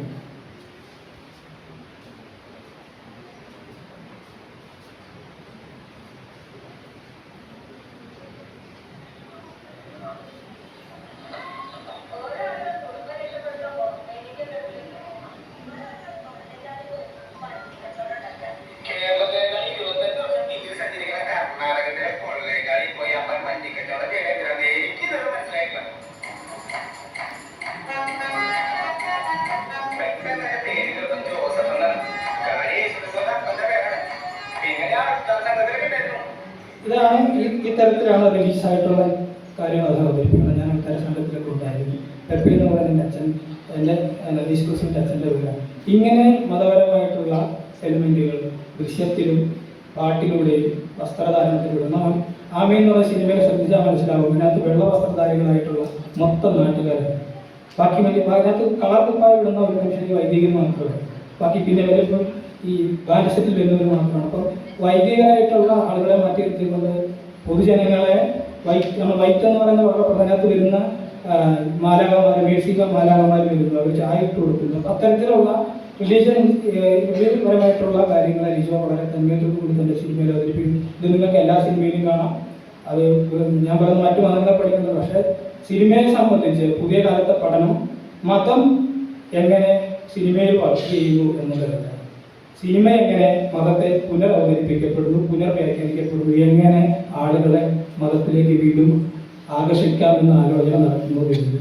ലിജോയുടെ സിനിമ അതിനൊരു പ്രാരംഭഘട്ടത്തിലുള്ള ഒരു പഠന മേഖലയാണ്. ഇന്ത്യയിൽ എത്തിയിട്ടില്ല. പക്ഷേ ഇന്ത്യൻ സിനിമകളെ കുറിച്ച് വിദേശ രാജ്യങ്ങളും ക്രിസ്ത്യൻ പള്ളിയെക്കുറിച്ച് ഓക്സ്ഫോർഡിലൊരു പ്രബന്ധം മലയാളത്തിൽ വന്നിട്ടുണ്ട്. ക്രിസ്ത്യൻ പള്ളിയുടെ നിർമ്മിതി എങ്ങനെയാണ്, ഭയാനകമായ സിറ്റുവേഷനിൽ എങ്ങനെയാണ് മലയാള സിനിമ ക്രിസ്ത്യൻ പള്ളികൾ എന്നൊരു പഠനം ഓക്സ്ഫോർഡിൽ വന്നിട്ടുണ്ട്. അപ്പം ഒക്കെ ചെയ്യുന്നത് മലയാളികളായിട്ടുള്ള ആളുകളാണ്. അപ്പോൾ മലയാള സിനിമയെ പറ്റി വിദേശ രാജ്യങ്ങളിൽ പഠനം നടക്കുന്നുണ്ട്. അപ്പോൾ തന്നെ നമ്മുടെ സർവകലാശാലകളിൽ വേണമെങ്കിൽ കൊണ്ടുവരാവുന്ന ഒരു വിഷയമാണ് കമ്പാരിറ്റീവ് സ്റ്റഡീസിൻ്റെ മേഖലയിൽ ഫിലിം സ്റ്റഡീസ് ആൻഡ് റിലീജിയൻ അല്ലെങ്കിൽ സിനിമ. അപ്പോൾ അത്തരത്തിലുള്ള ഒരു സാധ്യത കൂടി നിങ്ങളുടെ മുമ്പിൽ ഈ ചെറിയ പ്രബന്ധത്തിൽ അവതരിപ്പിക്കാൻ എന്തെങ്കിലും സംശയം ഉണ്ടെങ്കിൽ ചോദിക്കാം. ഈ സമയം ഒരു അനുവദിക്കുകയാണെങ്കിൽ അതിന് മറുപടി തരാം. മറുപടിയില്ല, എൻ്റെ ആശയം കൂടി നിങ്ങളോട് പങ്കുവെക്കാമെന്ന് പറയുന്നത് പ്രശ്നം. നന്ദി സുധാരസൻ. അടുത്ത പ്രബന്ധം റഷ്മില പിയുടേതാണ്. അധിനിവേശവും സാഹിത്യ പ്രതിരോധവും മുഹീദ്ദീൻ മാലയെ അടിസ്ഥാനമാക്കിയുള്ള പഠനം. Rashmila Kozhikode government arts and science കോളേജിലെ ഗവേഷകയാണ്. റഷ്മിലയെ സ്വാഗതം ചെയ്യും.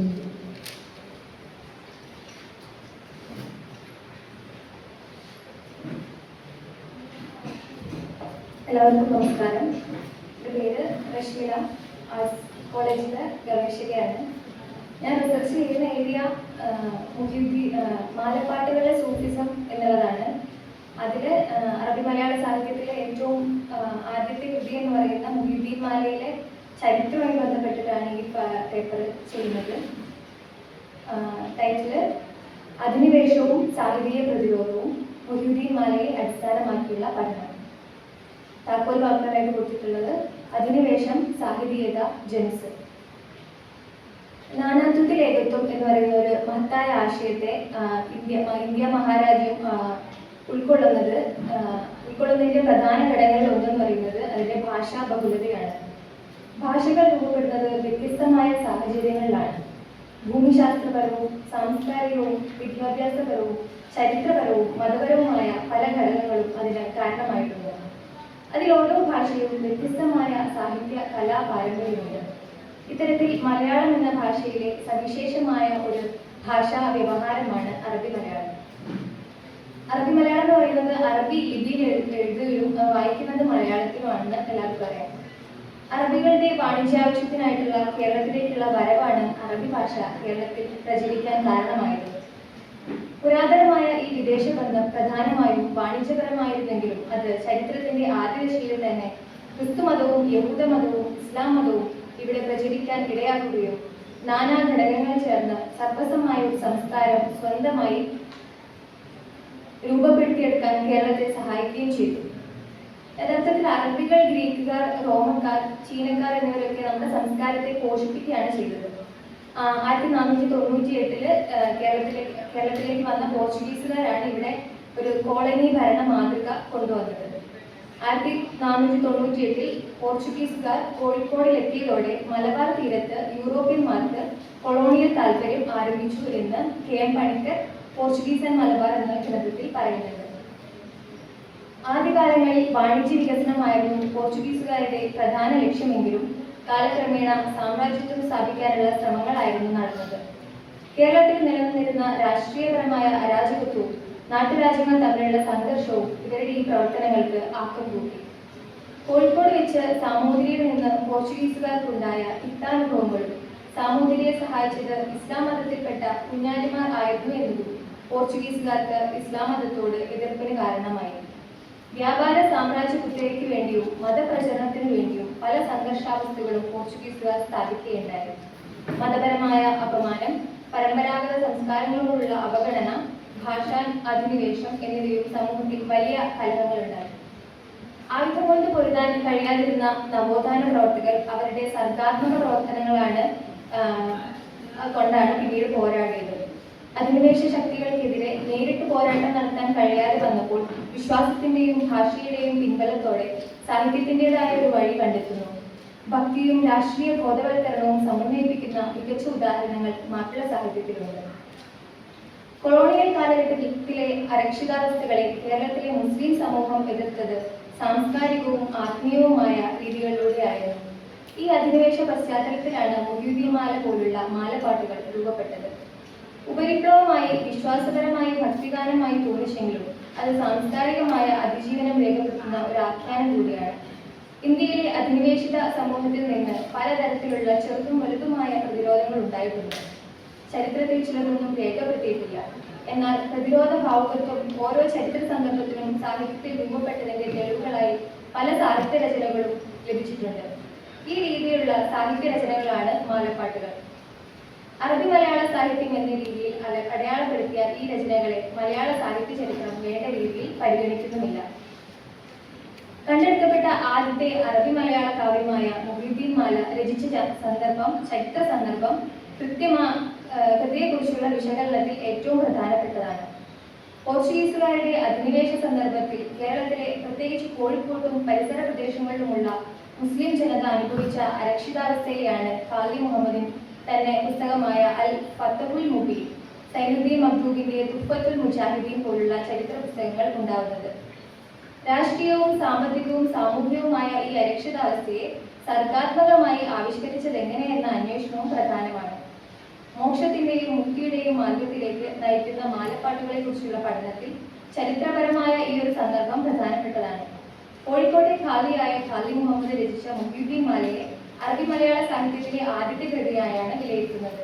മുഹ്യിദ്ദീൻമാല അടക്കമുള്ള അറബി മലയാള സാഹിത്യ കൃതികൾ അടയാളപ്പെടുത്തുന്നത് മലബാറിലെ മുസ്ലിം ജീവിതത്തിന്റെ ആന്തരിക സംഘർഷങ്ങളെയാണ്. അത് മാല പോലുള്ള പുതിയ ജനസ് രൂപപ്പെടുത്തിയെടുക്കുകയും ചെയ്യുന്നു. സാമൂഹിക സാഹചര്യങ്ങളും സാങ്കേതിക വികാസങ്ങളും വ്യക്തിഗതവും സമൂഹപരവുമായ അനുഭവങ്ങളാണ് ഇത്തരം പുതിയ സാഹിത്യ ജനസുകൾ രൂപപ്പെടാൻ കാരണമാവുന്നത്. കൊളോണിയൽ കാലഘട്ടത്തിൽ സാമൂഹിക വിമർശന സാഹിത്യം എന്ന നിലയിൽ രൂപപ്പെട്ടുവന്ന ഒന്നാണ് മാലപ്പാട്ടുകൾ. മതവിശ്വാസത്തിനകത്ത് നിന്നുകൊണ്ട് മാലപ്പാട്ടുകൾ പ്രതിരോധ ചിന്ത വളർത്തിയെടുക്കുന്നു. സാംസ്കാരിക പ്രതിരോധത്തിന് സാഹിത്യമായ ഒരു ഭാഷ എങ്ങനെയാണ് മുഹ്യിദ്ദീൻമാല രൂപപ്പെടുത്തിയെടുക്കുന്നത് എന്ന അന്വേഷണമാണ് ഈ പഠനത്തിൽ നടത്താൻ ശ്രമിക്കുന്നത്. മുഹ്യിദ്ദീൻമാല എന്ന പ്രതിരോധ കാവ്യം. മഹാത്മാവായ അബ്ദുൽ ഖാദർ ജീലാനിയുടെ ജീവാവധാനങ്ങളാണ് മുഹ്യിദ്ദീൻമാലയിൽ ചിത്രീകരിച്ചിരിക്കുന്നത്. 1607 ഖാലി മുഹമ്മദാണ് അത് രചിച്ചത്. മുഹ്യിദ്ദീൻ ഷെയ്ഖിന്റെ ജീവിത ദർശനങ്ങളിലൂടെ ഒരു ജനതയുടെ ആധ്യാത്മികമായ ചിന്തകളെ ഉണർത്താനും അതുവഴി ആ കാലഘട്ടത്തിലെ സംഘർഷങ്ങളോട് പൊരുതാനും ഈ കൃതി സഹായകമായി. പലതരത്തിലുള്ള സാഹചര്യങ്ങളാൽ വിഘടിച്ചു നിന്നിരുന്ന സമൂഹത്തെ ആത്മീയ ഉണർവിലൂടെ മതപരമായ ഐക്യബോധം ഉറപ്പാക്കാൻ മുഹ്യിദ്ദീൻമാല കാരണമായി. വ്യക്തിപരമായ ഭക്തിയിൽ നിന്നും സാമൂഹിക ഐക്യത്തിന്റെ ആഹ്വാനം ഉയർത്തി. ഭക്തിമാർഗത്തിലൂടെ തന്റെ സമൂഹത്തെ ആധ്യാത്മികമായി ഉയർത്താൻ എഴുത്തച്ഛനെ പോലെയുള്ള കവികൾ ശ്രമിക്കുകയും മോക്ഷത്തിനും മുക്തിക്കും സമാധാനത്തിനും വേണ്ടി ഹൈന്ദവ ഗ്രന്ഥങ്ങളിൽ അധ്യാത്മരാമായണവും കൃഷ്ണഗാഥയും പാടുകയും ചെയ്തപ്പോൾ തന്റെ കാലഘട്ടത്തിൽ വ്യാപിച്ച ബഹുമുഖമായ പ്രശ്നങ്ങളും ആശങ്കകളും അഭിസംബോധന ചെയ്യുന്നതിനും തന്റെ കാവ്യാത്മകമായ രചനകളുടെ പ്രാധാന്യം ഖാലി മുഹമ്മദ് തിരിച്ചറിഞ്ഞു. കൃത്യമായ തുറന്ന വിമർശനമില്ലെങ്കിലും ആന്തരികമായി പോർച്ചുഗീസുകാരുടെ അധിനിവേശ സംസ്കാരത്തെ ചെറുത്തു നിൽക്കുന്ന ആത്മാവ് മാലയിൽ കാണാം. ഉപരിപ്ലവമായി ആധ്യാത്മികതയാണ് മാലയിൽ മുഴച്ചു നിൽക്കുന്നതെങ്കിലും അതിന്റെ ചരിത്രപരമായ സവിശേഷതകളാണ് കുറിച്ച് പഠിക്കേണ്ടതും അത്യന്താപേക്ഷിതമാണ്. ഈ കൃതിയുടെ ഉള്ളടക്കപരമായ ഏതു പഠനവും ആരംഭിക്കേണ്ടത് അത് ഉത്ഭവിച്ച ചരിത്ര, സാമൂഹിക, സാംസ്കാരിക പശ്ചാത്തലത്തിന്റെ നാട്ടുവെളിച്ചത്തിലായിരിക്കണം. കൃതികൾ ഒരാളുടെ ഭാവനയിൽ മാത്രം വിടരുന്ന കേവലവും കാലാതീതവുമായ ദൃഷ്ടി പ്രക്രിയ അല്ല. അത് ഉത്ഭവിച്ച സാമൂഹിക ഭൂമികയുടെ വിലക്കണ്ണാടി കൂടിയാണ്. മുഹ്യിദ്ദീൻമാലയുടെ പഠനവും ആരംഭിക്കേണ്ടത് അത് എഴുതപ്പെട്ട കാലഘട്ടത്തിലെ സവിശേഷ സാഹചര്യങ്ങളിൽ കൂടി പരിഗണിച്ചാവണം. ഇസ്ലാമിലെ ആത്യന്തിക ലക്ഷ്യമായ മോക്ഷം നേടുക എന്നതിനോടൊപ്പം തന്നെ സാമൂഹികമായ അസമത്വങ്ങളോടും ധാർമ്മിക തകർച്ചയോടും അക്കാലത്ത് നിലനിന്ന സാമൂഹിക പ്രശ്നങ്ങളോടും അടുത്തിടപഴകുകയും ചെയ്തു. മുസ്ലിം സമൂഹം നേരിട്ട ഈ ചൂഷണങ്ങളെ നേരിട്ട് എതിർക്കാൻ കഴിയാതിരുന്നതിനാൽ അവരുടെ പ്രതിരോധങ്ങളായി ആഖ്യാനങ്ങളെ അവർ നിർമ്മിച്ചെടുത്തു. അതിന് ഉദാഹരണമായ വരികളാണ്: ഇബിലീസ് അവരെ ചതിപ്പാനായി ചെന്നാരെ, ഇബിലീസെ ചാച്ചു കിടത്തി അയച്ചോവർ. മാലപ്പാട്ടിലെ ഒരു വരിയാണ്: ഇബിലീസ് അവരെ ചതിപ്പാനായി ചെന്നാരെ, ഇബിലീസെ ചാച്ചു കിടത്തി അയച്ചോവർ. ഇസ്ലാമിലെ വിശ്വാസപ്രകാരം ഇബിലീസ് എന്നാൽ പൈശാചികതയാണ്. കൊളോണിയൽ അധിനിവേശത്തെയും മതപരിവർത്തനങ്ങളെയും പൈശാചികതയായാണ് മുഹ്യിദ്ദീൻ മാലയിൽ വിവരിക്കുന്നത്. സാമ്രാജ്യത്വവൽക്കരണം മുഖേന തങ്ങളുടെ ദേശത്തെയും മതപരിവർത്തന സംഘങ്ങൾ മുഖേന സംസ്കാരത്തെയും ഉന്മൂലനം ചെയ്യാൻ ശ്രമിച്ച അധിനിവേശ ശക്തികളെ തുരത്താനുള്ള സാഹിതീയ പ്രതിരോധത്തെയാണ് ഇവിടെ നമുക്ക് കാണാൻ സാധിക്കുന്നത്. ആത്മീയതയിലൂടെയുള്ള പ്രതിരോധ ചിന്തയെയാണ് ഈ വരികൾ തെളിയിക്കുന്നത്. കൂടാതെ പലതരത്തിലുള്ള സംഘർഷങ്ങൾ നേരിട്ടിട്ടുള്ള ജനതയോട് വിശ്വാസവും സൽക്കർമ്മവും ആത്യന്തികമായ ലക്ഷ്യത്തിലേക്ക് അടുപ്പിക്കും എന്നുള്ള ആത്മവിശ്വാസവും ഈ കൃതി നൽകുന്നുണ്ട്. മറ്റൊരു വരിയാണ്, കളവു പറയല്ല എന്നുമ്മ ചെന്നാലേ കള്ളന്റെ കയ്യിലും പൊന്നു കൊടുത്തോർ എന്ന വരികൾ അതിന് ഉദാഹരണമാണ്. സാമ്രാജ്യത്വ ശക്തികൾ പലതരത്തിലുള്ള ചൂഷണങ്ങൾ ചെയ്തുകൊണ്ടിരിക്കെ സാമ്പത്തികമായി തകർന്നിരുന്ന ആ സമൂഹത്തെ നന്മയുടെ വെളിച്ചത്തിലേക്ക് നയിക്കുന്ന വരികളാണിവ. സമ്പത്തിനെ എത്ര തന്നെ കൊള്ളയടിച്ചാലും ആത്മാവിനെ കൊള്ളയടിക്കാൻ സമ്മതിക്കരുതെന്ന് ഈ വരിയിലൂടെ ഊന്നി പറയുന്നു. മഹാനായ അബ്ദുൽ ഖാദർ ജീലാനിയുടെ പാവനമായ സ്മരണയിലൂടെ കവി സ്വന്തം സംസ്കാരത്തോട് ചേർത്ത് പോർച്ചുഗീസിന്റെ അധിനിവേശ സംസ്കാരത്തെ ചേർത്തു. ചരിത്രാവബോധം സമകാലികമായ ഒരു സാമൂഹിക ബോധത്തിന്റെ അനിവാര്യ ഘടകമാണ്. പ്രതീക്ഷാപൂർവം ഭാവിയിലേക്ക് ഉറ്റുനോക്കുന്ന മനുഷ്യന് ആത്മവിശ്വാസത്തിന്റെയും തിരിച്ചറിവിനും പ്രതിസന്ധികളെ അതിജീവിക്കാനുള്ള ഉൾക്കരുത്തിനും ആത്മധൈര്യത്തിനും ഭൂതകാലത്തിലേക്ക് അവർ പിന്തിരിഞ്ഞു നോക്കുന്നു. അത്തരത്തിൽ മുസ്ലിം ജനതയുടെ ചരിത്രത്തെ വ്യാഖ്യാനിച്ചെടുക്കാൻ ഉതകുന്ന കൃതിയാണ് മുഹ്യിദ്ദീൻ മാല. കൊളോണിയൽ കാലഘട്ടത്തിൽ മുസ്ലിം ജനത അനുഭവിച്ച തിരസ്കാരങ്ങൾക്കും അരികുവൽക്കരണങ്ങൾക്കും എതിരെയുള്ള സാഹിത്യ പ്രതിരോധമാണിത്. ആത്മീയതയിലൂടെയുള്ള പ്രതിരോധം ഭാഷയുടെ വഴിയിലൂടെ സാമ്രാജ്യത്വത്തെ എതിർത്തുവെന്നതിന് മികച്ച ഉദാഹരണമാണ് മുഹ്യിദ്ദീൻ മാല. അത് ഭക്തി പാരമ്പര്യത്തിന്റെ ചുരുക്കവാക്യമായിരിക്കും എങ്കിലും അതിന്റെ അന്തർഗതമായ പ്രതിരോധ ശൈലി, ചരിത്രബോധം, മതവിശ്വാസ സംരക്ഷണം എന്നിവ അതിനെ പ്രതിരോധ കാവ്യമായി പരിണമിക്കുന്നു. Thank you. നമ്മൾ ഈ സെഷൻ ഡിസൈൻ ചെയ്യുമ്പോൾ ഇവിടെ അവതരിപ്പിക്കപ്പെടുന്ന മുഴുവൻ പ്രബന്ധങ്ങൾക്കും അതിൻ്റെ മുഴുവൻ ആസ്പെക്റ്റിലുള്ള പ്രതികരണങ്ങൾ ലഭിക്കണം എന്ന് നമുക്കൊരു വിഭാവന ഉണ്ടായിരുന്നു. അതിൻ്റെ ഭാഗമായിട്ടാണ് നമ്മൾ ഇന്നൊരു പാനലിനെ സജസ്റ്റ് ചെയ്തതും. അത് ഏതാണ്ട് സക്സസ് ആയി എന്നുള്ളതാണ് ഒരു മോഡറേറ്റർ എന്ന നിലയിൽ എനിക്ക് തോന്നുന്നത്. കാരണം ഒരു പ്രബന്ധത്തിന്റെ കേവലമായ ഉള്ളടക്കത്തിൽ കമന്റ് ചെയ്തു പോകുക എന്നുള്ളതിനപ്പുറത്തേക്ക് അതിനെ മെത്തഡോളജിക്കലായി സമീപിക്കുക, അതിൻ്റെ അതാത് ഡിസിപ്ലിനുകളിൽ നിന്നുകൊണ്ട് തന്നെ അതിനെ കുറച്ചുകൂടി ആഴത്തിൽ സമീപിക്കുക എന്നുള്ള ഒരു ടോട്ടാലിറ്റിയിൽ അത്ര ഒരു സമീപനം വന്നു എന്നുള്ളതിൽ അതിവിടെ പ്രബന്ധം അവതരിപ്പിച്ചവർക്കും കേട്ടവർക്കും ഒരുപോലെ ഉപയോഗപ്രദമായിട്ടുള്ള ഒരു കാര്യമാണ് എന്നുള്ളതിൽ ആദ്യമേ നന്ദി രേഖപ്പെടുത്തുകയാണ് പാനലിലെ ആളുകളോട്. വിപുലമായുള്ള ചർച്ചകളും ഏതാണ്ട് എല്ലാ പ്രബന്ധങ്ങളെയും ബന്ധപ്പെടുത്തി വന്നിട്ടുണ്ട്. എനിക്ക് ഒന്ന് രണ്ട് കാര്യങ്ങൾ കൂട്ടിച്ചേർക്കാനുള്ളത്. ആദ്യത്തെ പ്രബന്ധവുമായി ബന്ധപ്പെട്ട് ആ പ്രബന്ധത്തിനകത്ത് പാശ്ചിമേതിഹാസം എന്നൊരു പദം ഉപയോഗിച്ചതായി കണ്ടു. അത് വെസ്റ്റേൺ എന്നുള്ള അർത്ഥത്തിലാണോ ഉപയോഗിച്ചത് എന്നുള്ള ഒരു ചോദ്യമുണ്ട്. മറ്റൊരു കമന്റുകൾ പറയാതെ പോകരുത് എന്നുള്ളത് കൊണ്ട് ആ പ്രബന്ധവുമായി ബന്ധപ്പെട്ട് സൂചിപ്പിക്കുന്നത് heritage is always A selective reconstruction of the past എന്ന് പറയുന്ന താപ്പറുടെ ഒരു കോട്ട് ആ പ്രബന്ധത്തിനകത്ത് ഉദ്ധരിക്കുന്നതായി കണ്ടു. പക്ഷെ അത് മറ്റൊരു പരിസരത്തിൽ നിർത്തിയാണ് ആ പ്രബന്ധം അതിനെ സമീപിച്ചിട്ടുള്ളത്. യഥാർത്ഥത്തിൽ ഈ പ്രബന്ധം തന്നെ ഇന്ത്യയുടെ പാസ്റ്റിന്റെ മറ്റൊരു റീകൺസ്ട്രക്ഷൻ ആണോ എന്നുള്ളത് ഒരു സംശയമുണ്ട്. അതിനെ വളരെ ക്രിട്ടിക്കലായി തന്നെയാണ് കാണുന്നത്. അത് വിമർശനാത്മകമായി തന്നെ അതിനെ സമീപിക്കണമെന്ന് ഒരു ഇന്ത്യയിൽ നിന്ന് ഗവേഷണം ചെയ്യുന്ന ഒരു ഗവേഷകൻ എന്ന നിലയിൽ എൻ്റെ അഭിപ്രായമാണ്. അത് സ്വീകരിക്കണം എന്ന് ഞാൻ ആവശ്യപ്പെടുക. മറ്റൊന്ന്, മനോരോഗങ്ങളുടെ കേരളീയ പരിസരവുമായി ബന്ധപ്പെട്ട് ഇവിടെ വിപുലമായിട്ടുള്ള എല്ലാ മേഖലകളും സംസാരിച്ചു പോകുണ്ടായി. അമൃത സംസാരിച്ചതുമായി ബന്ധപ്പെട്ട് എനിക്കൊരു കാര്യം കൂട്ടിച്ചേർക്കാനുള്ളത്, അതിനകത്തൊരു സെന്റൻസ് ഉണ്ട്, ഉയർന്ന ജാതിയിലാണ് ഭ്രാന്തരെ പൂട്ടിയിടുന്നത് എന്നുള്ളത്.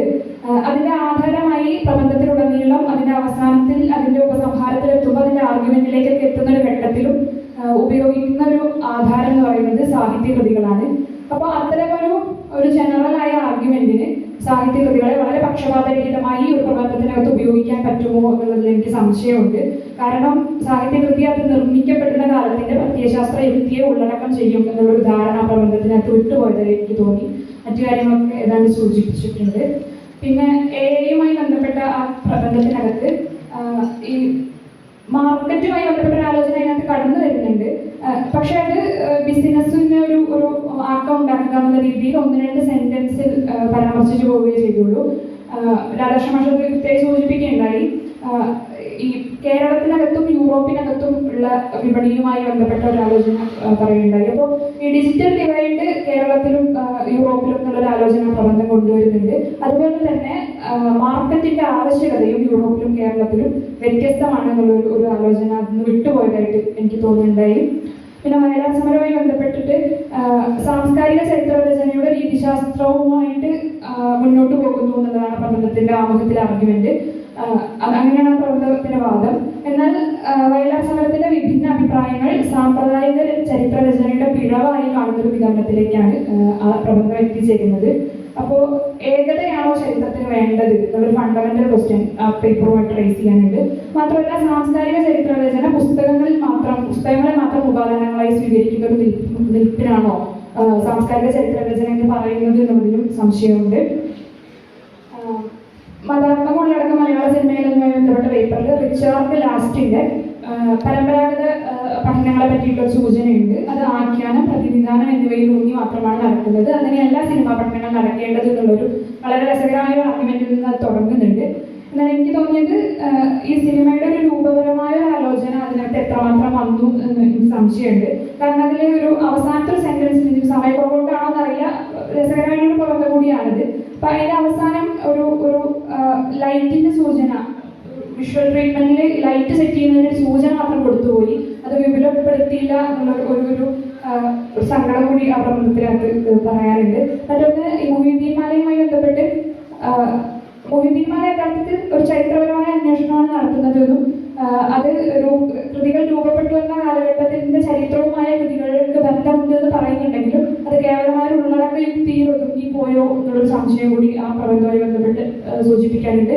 കാരണം സാഹിത്യകൃതികളുടെ പഠനത്തിനകത്ത് കേവലമായ ഉള്ളടക്ക യുക്തിയിലേക്ക് പോകുന്ന കാലം കഴിഞ്ഞു എന്ന് തോന്നുന്നു. കുറച്ചുകൂടി രൂപം എങ്ങനെയാണ് ആ ചരിത്രഘട്ടവുമായി വൈരുദ്ധ്യാത്മകമായി ഇടപെട്ടത് എന്നുള്ളൊരു ആലോചന ആ പ്രബന്ധം കൈയൊഴിഞ്ഞു എന്നൊരു സംശയം ഉണ്ട്. മോഡറേറ്റർ എന്ന നിലയ്ക്ക് ഈ സംശയങ്ങളും കൂടി ഇതിന്റെ ഭാഗമായിട്ട് ചേർത്ത് വയ്ക്കുകയാണ്.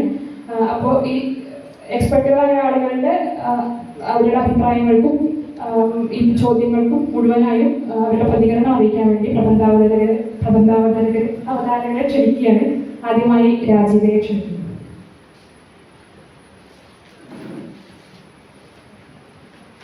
വന്നിട്ടുള്ള വിമർശനങ്ങളെ വളരെ പ്രൊഡക്റ്റീവായിട്ട് തന്നെ ഏറ്റെടുക്കുകയാണ്. എന്താണെന്ന് വെച്ചാൽ ഞാനൊരു ശിശുവാണ് ഈ ഗവേഷണത്തിന്റെ കാര്യത്തിൽ 2 മാസമേ ആയിട്ടുള്ളൂ ഗവേഷണത്തിന് ജോയിൻ ചെയ്തിട്ട്. പിന്നെ ഈ മെത്തഡോളജിക്കലായിട്ട് വന്നിട്ടുള്ള പിഴവെന്ന് പറഞ്ഞാൽ കഴിഞ്ഞ 5 വർഷമായിട്ട് ഞാനൊരു സ്കൂൾ ടീച്ചറായിരുന്നു. അപ്പോൾ ഈ കൺക്ലൂഷൻ എടുത്തിട്ട് അതിന് തെളിവ് തപ്പി പോവുക എന്നുള്ളത് ചിലപ്പോൾ ആ ടീച്ചറിന്റെ സ്വഭാവമായിരിക്കും. അപ്പോൾ ഇതിനകത്തേക്ക് ഞാൻ സ്കൂളിൽ നിന്ന് പുറത്തേക്ക് വന്നിട്ടില്ലെന്നാണ് എനിക്ക് തോന്നുന്നത്. അപ്പോൾ ഇനി ഞാൻ ഇതൊക്കെ എൻ്റെ ഉള്ളിലേക്ക് എടുത്തിട്ട് ഇനി വരുന്ന സന്ദർഭങ്ങളിൽ എന്താണ് തിരുത്തി മുന്നോട്ട് പോകുമെന്ന് പറയുകയാണ്. പിന്നെ ആർക്കെങ്കിലും എന്തെങ്കിലും രീതിയിൽ മാനസികമായിട്ട് എന്താ ട്രിഗർ ചെയ്തു എന്നൊക്കെ പറഞ്ഞാൽ കേൾക്കാം. ഞാൻ വളരെ ലൈറ്റായിട്ട് എടുത്തിട്ടുള്ള കാര്യമാണ്. ഇത്രയും ഹെവി ആയിട്ടുള്ള വാക്കുകൾ പറഞ്ഞ് പേടിപ്പിക്കരുത് എന്നാണ് എനിക്ക് അപേക്ഷിക്കാനുള്ളത്. Okay, thank you. ശ്രുതിയെ ക്ഷണിക്കുന്നു.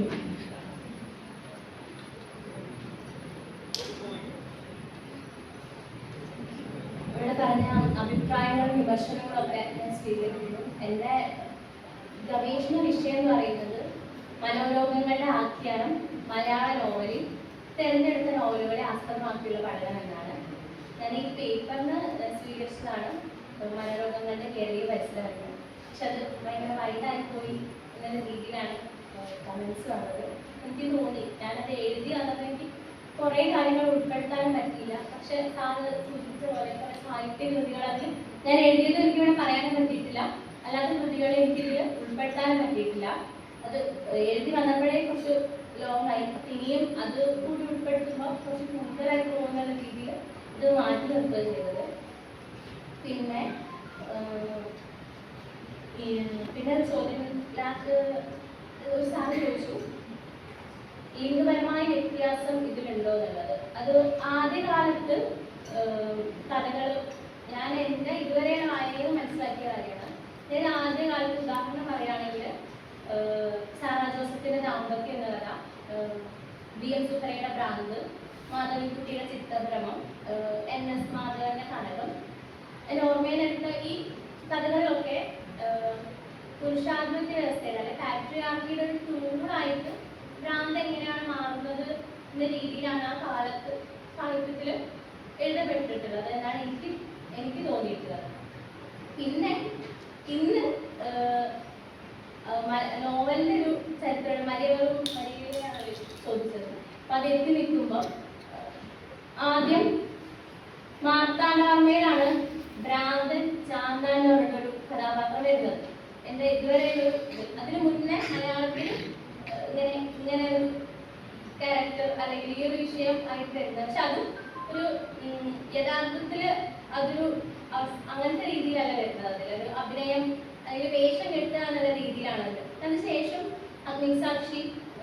അഗ്നിസാക്ഷിയില് ഭ്രാന്തിച്ചെറിയമ്മ, ജലക്ഷാദ മുത്തശ്ശി അത്തരമുള്ള കഥാപാത്രങ്ങളെ ഈ രീതിയിൽ വായിക്കാൻ, പിന്നെ പാണ്ഡവപുരം, സേതുവിന് പാണ്ഡവപുരം, അങ്ങനെ നോവലിൽ തന്നെ കാലാനുസൃതമായിട്ട് ഇതിൽ വന്ന മാറ്റങ്ങളുണ്ട്.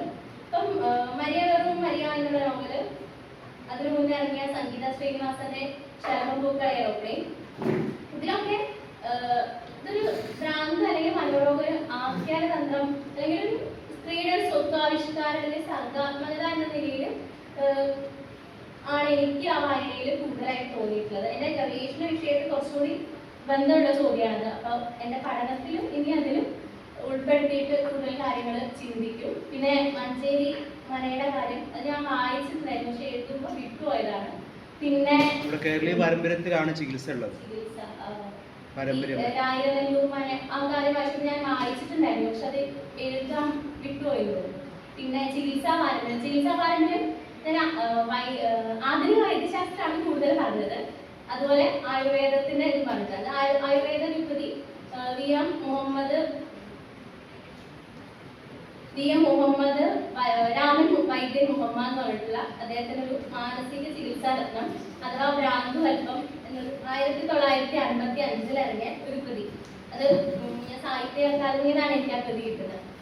അതിന്നാണ് ഞാൻ ആയുർവേദത്തിലെ കൂടുതലായിട്ടുള്ള കാര്യങ്ങൾ പറയുന്നത്. പക്ഷെ അതേസമയം മറ്റു ചികിത്സാ പാരമ്പര്യങ്ങളെ കുറിച്ചുള്ള കുറെ ഡാറ്റാസ് എനിക്ക് കിട്ടിയില്ല. അപ്പൊ ഈ ഒരു സമയത്തിനുള്ളിൽ അത് എനിക്ക് ഉൾപ്പെടുത്താൻ പറ്റില്ല. ഇനി എൻ്റെ ഗവേഷണത്തിൽ ആ ഒരു ചികിത്സാ പാരമ്പര്യത്തെ കൂടി അന്വേഷിച്ചിട്ട് അതുകൊണ്ട് ഉൾപ്പെടുത്തി എഴുതാമെന്നാണ് ഞാൻ വിചാരിക്കുന്നത്. പിന്നെ പിന്നെ പിന്നെ കുറെ പേര് പറഞ്ഞ ചന്ദ്രന്റെ മനോഹരനെ പറഞ്ഞല്ലോ. അതായത് ഇപ്പൊ നമുക്ക് ശാസ്ത്രീയമായിട്ടുള്ള തെളിവുകൾ ഉണ്ടെങ്കിൽ അതിനൊരു കാര്യം അങ്ങനെയാണ് എന്നല്ല പറയാൻ പറ്റുള്ളൂ. അതായത് ഇപ്പൊ ഭാവിന്റെ ആ സമയത്ത് ആൾക്കാർക്ക് ഭ്രാന്തൻ അതിൽ ഉണ്ട് എന്നുള്ള പറയപ്പെടുന്നുണ്ട്. പക്ഷെ അതില് പഠനങ്ങൾ, ശാസ്ത്രീയ പഠനങ്ങൾ തലച്ചോറില് രാസപ്രവർത്തനങ്ങൾ അത്തരത്തിലൊരു മാറ്റവും കണ്ടുപിടിച്ചിട്ടില്ല എന്നാണ് എതിരവൻ കതിരവൻ പോലെയുള്ള അദ്ദേഹത്തിന്റെ പുസ്തകങ്ങൾ പരാമർശിക്കുന്നത്. അപ്പൊ അതുകൊണ്ട് ഇങ്ങനെ പണ്ട് കാലത്ത് ഒരു വിശ്വാസം, അതുകൊണ്ടാണ് ഒരു വിശ്വാസം എന്ന നിലയിൽ മാത്രമാണത്. കാരണം അത് പൂർണ്ണമായിട്ട് തെളിവില്ലാത്തത് കൊണ്ട് ഉറപ്പ് പറയാൻ പറ്റില്ല എന്ന രീതിയിൽ ഇങ്ങനെ ഉണ്ടായിരുന്നു. പിന്നെ എനിക്ക് തോന്നുന്നു S ഹരീഷിന്റെ ഇപ്പോഴത്തെ 10 നോവലില് ഒരു ഭ്രാന്തായിട്ടുള്ള ഒരു ക്യാരക്ടർ വരുന്നുണ്ട്. പേര് ഞാൻ ഓർക്കുന്നില്ല. ആ ക്യാരക്ടറിനെയൊക്കെ ഇപ്പോഴും നോക്കുമ്പോൾ ഈ അടുത്ത് ഇറങ്ങിയ നോവലാണല്ലോ, അതിലും ആ ക്യാരക്ടറെ ട്രീറ്റ് ചെയ്യുന്ന അവർക്ക് ഇപ്പം ഒരു സീസൺ പോലെ, അതായത് എല്ലാ സമയത്തും ഒരു ഭ്രാന്ത് എന്നുള്ളൊരവസ്ഥ ഒരു ജീവിതത്തിന്റെ എല്ലാ സമയത്തും ഉണ്ടാകും, അല്ലെങ്കിൽ എപ്പോഴും ഉണ്ടാകുന്ന ഒരു അവസ്ഥയാണ് എന്നല്ല പറയുന്നത്. അതായത് അത് ചില സമയത്ത് ഉണ്ടാവും, അതിനെ വ്യാഖ്യാനം ചെയ്യുന്നതിൽ തന്നെ ഉള്ളിൽ കുറേ വശങ്ങൾ വരുന്നുണ്ട്. ഞാൻ കാണുന്ന മാനസികാവസ്ഥ ആ ഒരു അസാധാരണത്വം ചിലപ്പോൾ അത് മറ്റൊരു സംസ്കാരത്തിലോ സമൂഹത്തിലോ ചിലപ്പോൾ അത് ഭ്രാന്തായി കൊള്ളണമെന്നില്ല എന്നുള്ളൊരു കാര്യം കൂടി നമ്മൾ ഓർക്കണം. നമ്മുടെ ഒരു സംസ്കാരത്തിന് പുറത്ത് അതിനനുസരിച്ച് കൂടിയാണ് പദങ്ങൾ കൂടി വരുന്നത് എനിക്ക് തോന്നിയിട്ടുണ്ട്. എൻ്റെ വിഷയത്തിൽ തോന്നിയ കാര്യമാണ്. അതായത് ഇപ്പൊ നമ്മൾ കുറേ പദങ്ങൾ ഉപയോഗിക്കുന്നുണ്ട്. ഇപ്പം ചിത്രപ്രമം ആ ഒരു കൾച്ചർ ബേസ് ചെയ്തിട്ടാണ് അത്തരം പദങ്ങൾ വരുന്നത്. പിന്നെ ഈ ഇതിൽ സത്യം പറഞ്ഞാൽ ഈ നമ്മുടെ കാറ്റഗറൈസ് ചെയ്യുമ്പോൾ നമ്മൾ കുറേ കാറ്റഗറീസ് വരുന്നത് എല്ലാ രോഗങ്ങൾ നേരത്തെ പറഞ്ഞ ഫോബിയാസ് ഫോബിയാസ് അങ്ങനെ ഒരുപാട് കാറ്റഗറീസ് ഡിസോഫ്രീനിയ ബൈപോളാർ ഡിസോർഡർ അങ്ങനെ ഒരുപാട് കാറ്റഗറീസ് വരുന്നത്. ശരിക്കും ഭ്രാന്ത് എന്ന് പറയുന്നത് ഒരു അസുഖമല്ല, അതായത് ഒരു മുഴു സ്പെക്ട്രം ഡിസോർഡറുകളെയാണ് ഭ്രാന്ത് എന്ന് പറയുന്നത്.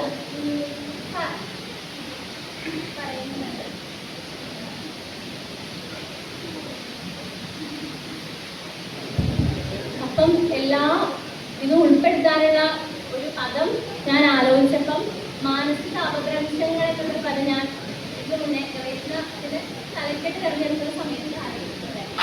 പക്ഷേ അതിൽ ഒരുപാട് ഇപ്പം ഈ ഭ്രാന്ത് എന്ന വാക്ക് ഉപയോഗിക്കാൻ സൈക്കോളജിക്കലി ഭ്രാന്ത് എന്ന വാക്ക് ഉപയോഗിക്കാൻ പാടില്ല എന്നാണ്. ഇംഗ്ലീഷിൽ പറയാൻ മെന്റൽ ഡിസോർഡർ എന്നാണ്. അപ്പോൾ മാനസിക വിഭ്രാന്തി എന്ന വാക്കാണ് സൈക്കോളജിസ്റ്റുകൾ പോലും ഉപയോഗിക്കുന്നത്. മാനസിക വിഭ്രാന്തി എന്ന് പറയുമ്പോൾ വിഭ്രാന്തി എന്നുള്ള ഒരു സ്കിസോഫ്രീനിയ എന്ന വിപരീത മനോനില എന്ന അവസ്ഥയായിട്ട് അതിന് ഒരു യോജിപ്പ് വരുന്നുണ്ട്. അപ്പൊ ഞാൻ പറയുന്ന എല്ലാ ടേംസിലും ഉൾക്കൊള്ളാൻ ചിലപ്പോൾ ഈ ഒരു വാക്യത്തിന് കഴിയില്ല. അതുകൊണ്ടാണ് ഞാൻ മനോരോഗം എന്ന് ഉപയോഗിച്ചത്. ഞാൻ മാത്രമല്ല നേരത്തെ ഒരാൾ ചോദിച്ച പോലെ ഇപ്പൊ ഡിസബിലിറ്റി ആയിട്ട് ഇതിന് ഒരു ബന്ധം ഉണ്ടല്ലോ. അതായത് ഇതൊരു തരത്തിൽ ന്യൂറോളജിക്കൽ ഡിസോർഡറാണ്. അപ്പൊ ഈ ന്യൂറോളജിക്കൽ ഡിസോർഡറിൽ തന്നെ neuro cognitive and neuro developmental ഡിസോർഡേഴ്സിനെ ഞാൻ ഈ പഠനത്തിൽ ഉൾപ്പെടുത്തിയിട്ടില്ല. അതായത് ചിന്തയിലും പെരുമാറ്റത്തിലും വരുന്ന അത്തരത്തിലുണ്ടാകുന്ന അവസ്ഥകളെയാണ്, മാനസിക അവസ്ഥകളെയാണ് ഞാൻ ഇതിൽ കൂടുതലായിട്ട് ഉൾപ്പെടുത്താൻ ശ്രമിച്ചിരിക്കുന്നത്. അതായത് ഈ കോഗ്നിറ്റീവ് ഡെവലപ്മെന്റൽ ഡിസോർഡേഴ്സ് നമ്മൾ ഉൾപ്പെടുത്തുന്ന സമയത്ത് അത് വൈകല്യം എന്നുള്ള രീതിയിൽ ഡിഫൈൻ ചെയ്യാൻ ബുദ്ധിമുട്ടുണ്ട്. ഡിമെൻഷ്യ, അവരാണ് ഡിമെൻഷ്യ ചോദിച്ചല്ലോ. ഡിമെൻഷ്യ ആ കാറ്റഗറീസിലാണ് വരുന്നത്.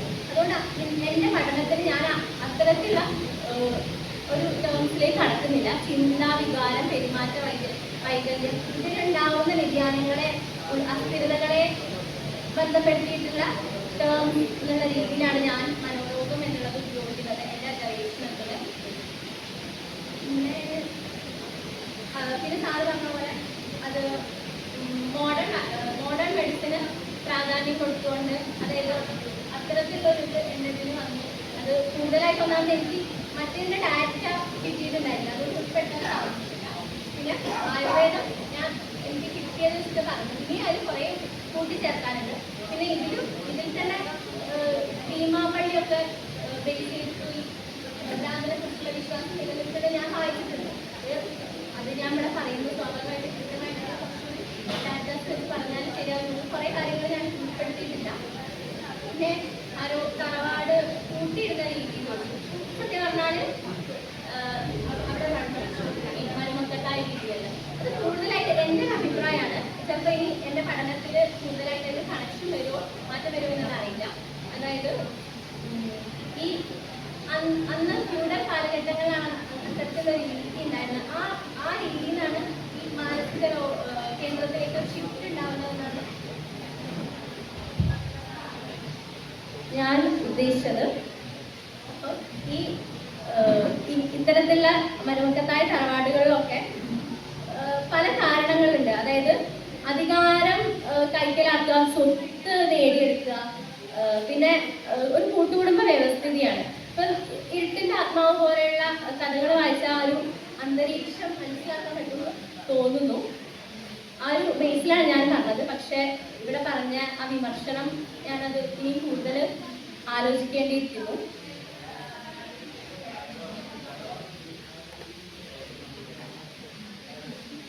തോന്നുന്നു ഇവിടെ ചോദിച്ച കുറേ കാര്യങ്ങൾ ഞാൻ പറഞ്ഞു തോന്നുന്നു. Thank you. ശ്രീലക്ഷ്മിയെ ക്ഷണിക്കും.